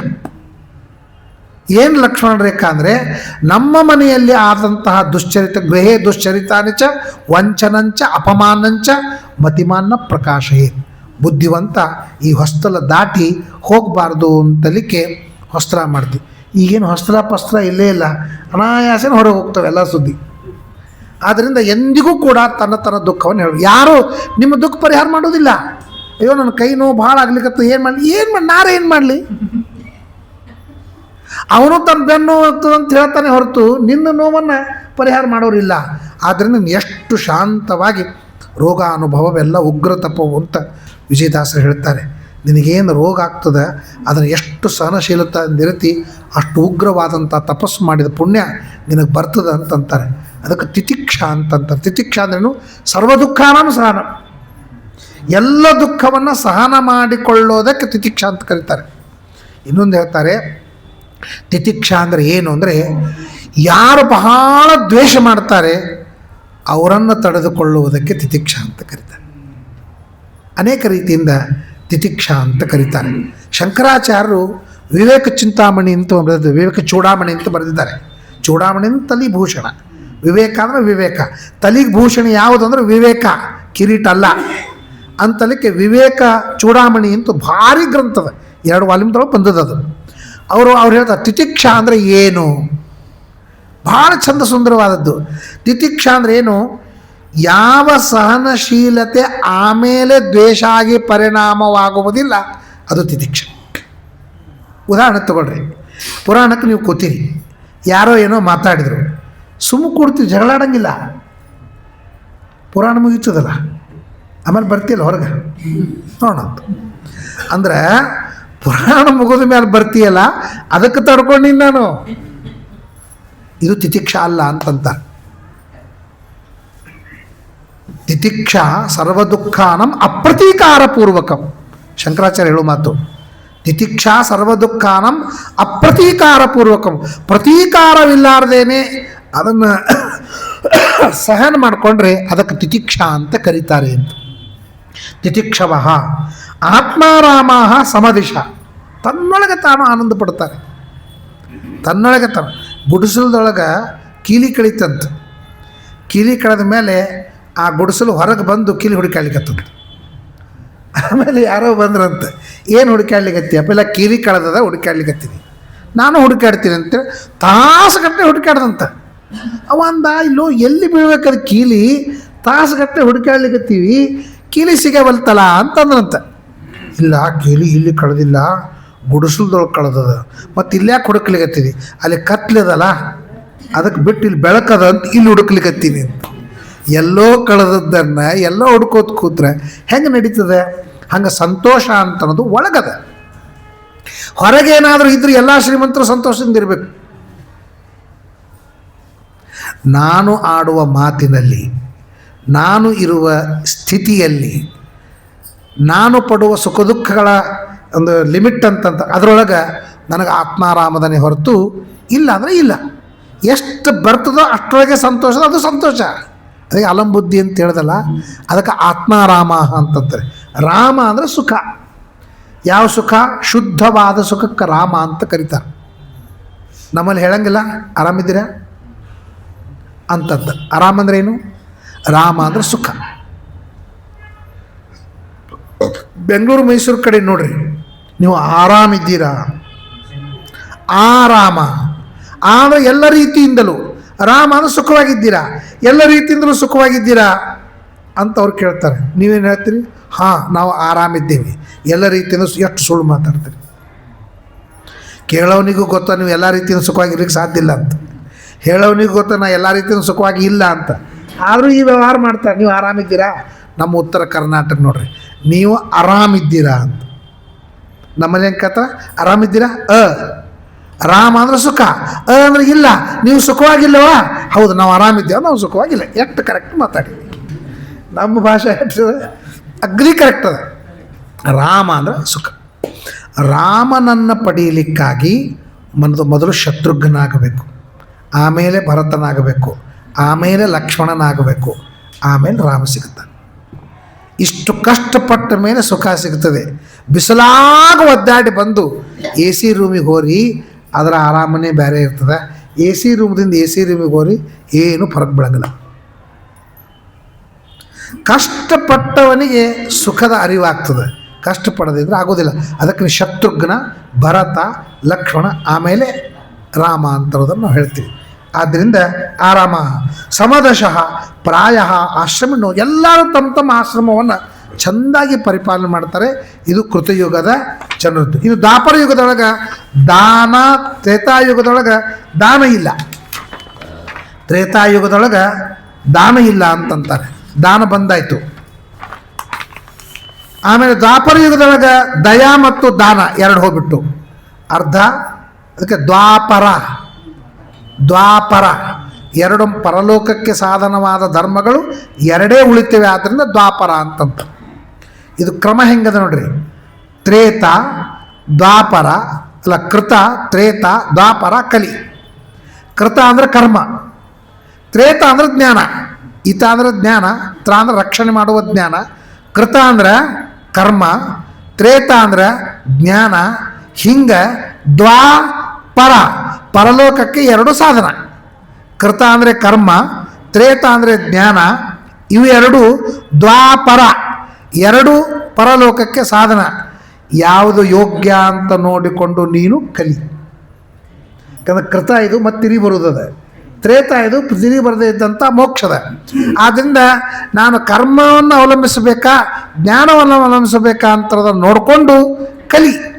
ನೀನು ತಿಳಿ, ಗುರುಗಳ ಹತ್ರ ಹೋಗಿ ಕಲಿ, ಯಾವುದನ್ನು ಪಡಿಬೇಕು ಅಂತದನ್ನು ಕಲಿ. ಅದಕ್ಕೆ ದ್ವಾಪರ ಅಂತಂತಾರೆ. ದೌಪರು ಎರಡು ಮಾತ್ರ ಧರ್ಮ ಇವೆ. ಆಮೇಲೆ ಕಲಿಯುಗ. ದ್ವಾಪರ ಯುಗದೊಳಗೆ ಹಿಂಸಾ ಪ್ರಾರಂಭವಾಗ್ತದೆ, ಕೀರ್ತಿಯ ಲಾಲಚ್ ಪ್ರಾರಂಭ ಆಗ್ತದೆ, ಮತ್ತು ಪಶುಗಳನ್ನು ಹಿಂಸೆ ಮಾಡಿ ಯಜ್ಞವನ್ನು ಮಾಡ್ತಾರೆ, ವೇದಾಧ್ಯಯನದಲ್ಲಿ ಆಸಕ್ತರಾಗ್ತಾರೆ, ಶ್ರೀಮಂತರಿರ್ತಾರೆ, ಕ್ಷತ್ರಿಯರು ಬ್ರಾಹ್ಮಣರು ಅಂತನೋ ಅಂಶ ಇರ್ತದೆ. ಯಾರ್ಯಾರಿಗೆ ಏನೇನು ಗೌರವ ಬೇಕೋ ಎಲ್ಲ ಗೌರವಗಳು ಅವ್ರಿಗೆ ಸಿಗುತ್ತಿದೆ ದ್ವಾಪರಯುಗದ. ಕಲಿಯುಗದೊಳಗೆ ಮಾತ್ರ ಸಮಾರಬ್ಧಂ ಕಲಿಯುಗಂ ಯದಾ ದುರ್ಯೋಧನೋಪತತ್. ಭೀಮಸೇನನ ಗದಾ ಪ್ರಹಾರ ಯಾವಾಗ ದುರ್ಯೋಧನ ತೊಡಿ ಮೇಲೆ ಆಯಿತೋ ಕಲಿ ಪ್ರವೇಶ ಸ್ಟಾರ್ಟ್. ಯಾವಾಗ ದುರ್ಯೋಧನ ಗದಾಪ್ರಹಾರದಿಂದ ಎಡವೆ ಬಿದ್ದ ಸ್ಟಾರ್ಟ್ ಆಯಿತು, ಕಲಿ ಹೊಂಟೇ ಬಿಟ್ಟ. ಧರ್ಮರಾಜ ಕೂತಿದ್ದ, ಕೃಷ್ಣ ಹೊರಗೆ ಹೊಂಟಿದ್ದ, ದೂರದೊಳಗೆ ಕಲಿ ತಪ್ಪಿಸ್ಕೊಂಡು ಹೊಂಟಿದ್ದ. ಕೃಷ್ಣ ಕಣ್ಣು ತಪ್ಪಿಸ್ಲಿಕ್ಕೆ ಬರ್ತದ? ಅವನು ಕಿವಿಗೆಡ್ಡಿ ಹಿಡಿದು ದರ ಹೇಳ್ಕೊಂಡು ಧರ್ಮರಾಜ ಸವಾಗ ತಂದ. ಬಂದು, ನೋಡಪ್ಪ ಧರ್ಮರಾಜ, ನಿನ್ನ ರಾಜ್ಯದೊಳಗೆ ಕಲಿ ಪ್ರವೇಶ ಆಗ್ಯದ ಅಂದ. ಧರ್ಮರಾಜ ಅಷ್ಟೇ ಅಲ್ಲ, ಬಾಜುಕ್ ಭೀಮಿದ್ದ. ಯಾಕೆ ಗದ ನೆನಪದೇನು ಅಂತ ಕೇಳ್ದ. ನಾವಿರೋ ತನಕ ನೀ ಇಲ್ಲೇನಾದ್ರೂ ಬಾಲ ಬಿಚ್ಚಿದೆ ಅಂದ್ರೆ ನೋಡು ಅಂತಂದ. ಆಯ್ತಪ್ಪ, ನಾ ಎಲ್ಲೋ ಹೋಗಿರ್ತೀನಿ, ನೀವು ಹೋದ್ಮೇಲೆ ಬರ್ತೀನಿ ಅಂತ ಎಲ್ಲ ಪಾಂಡವರು ಹೋದರು.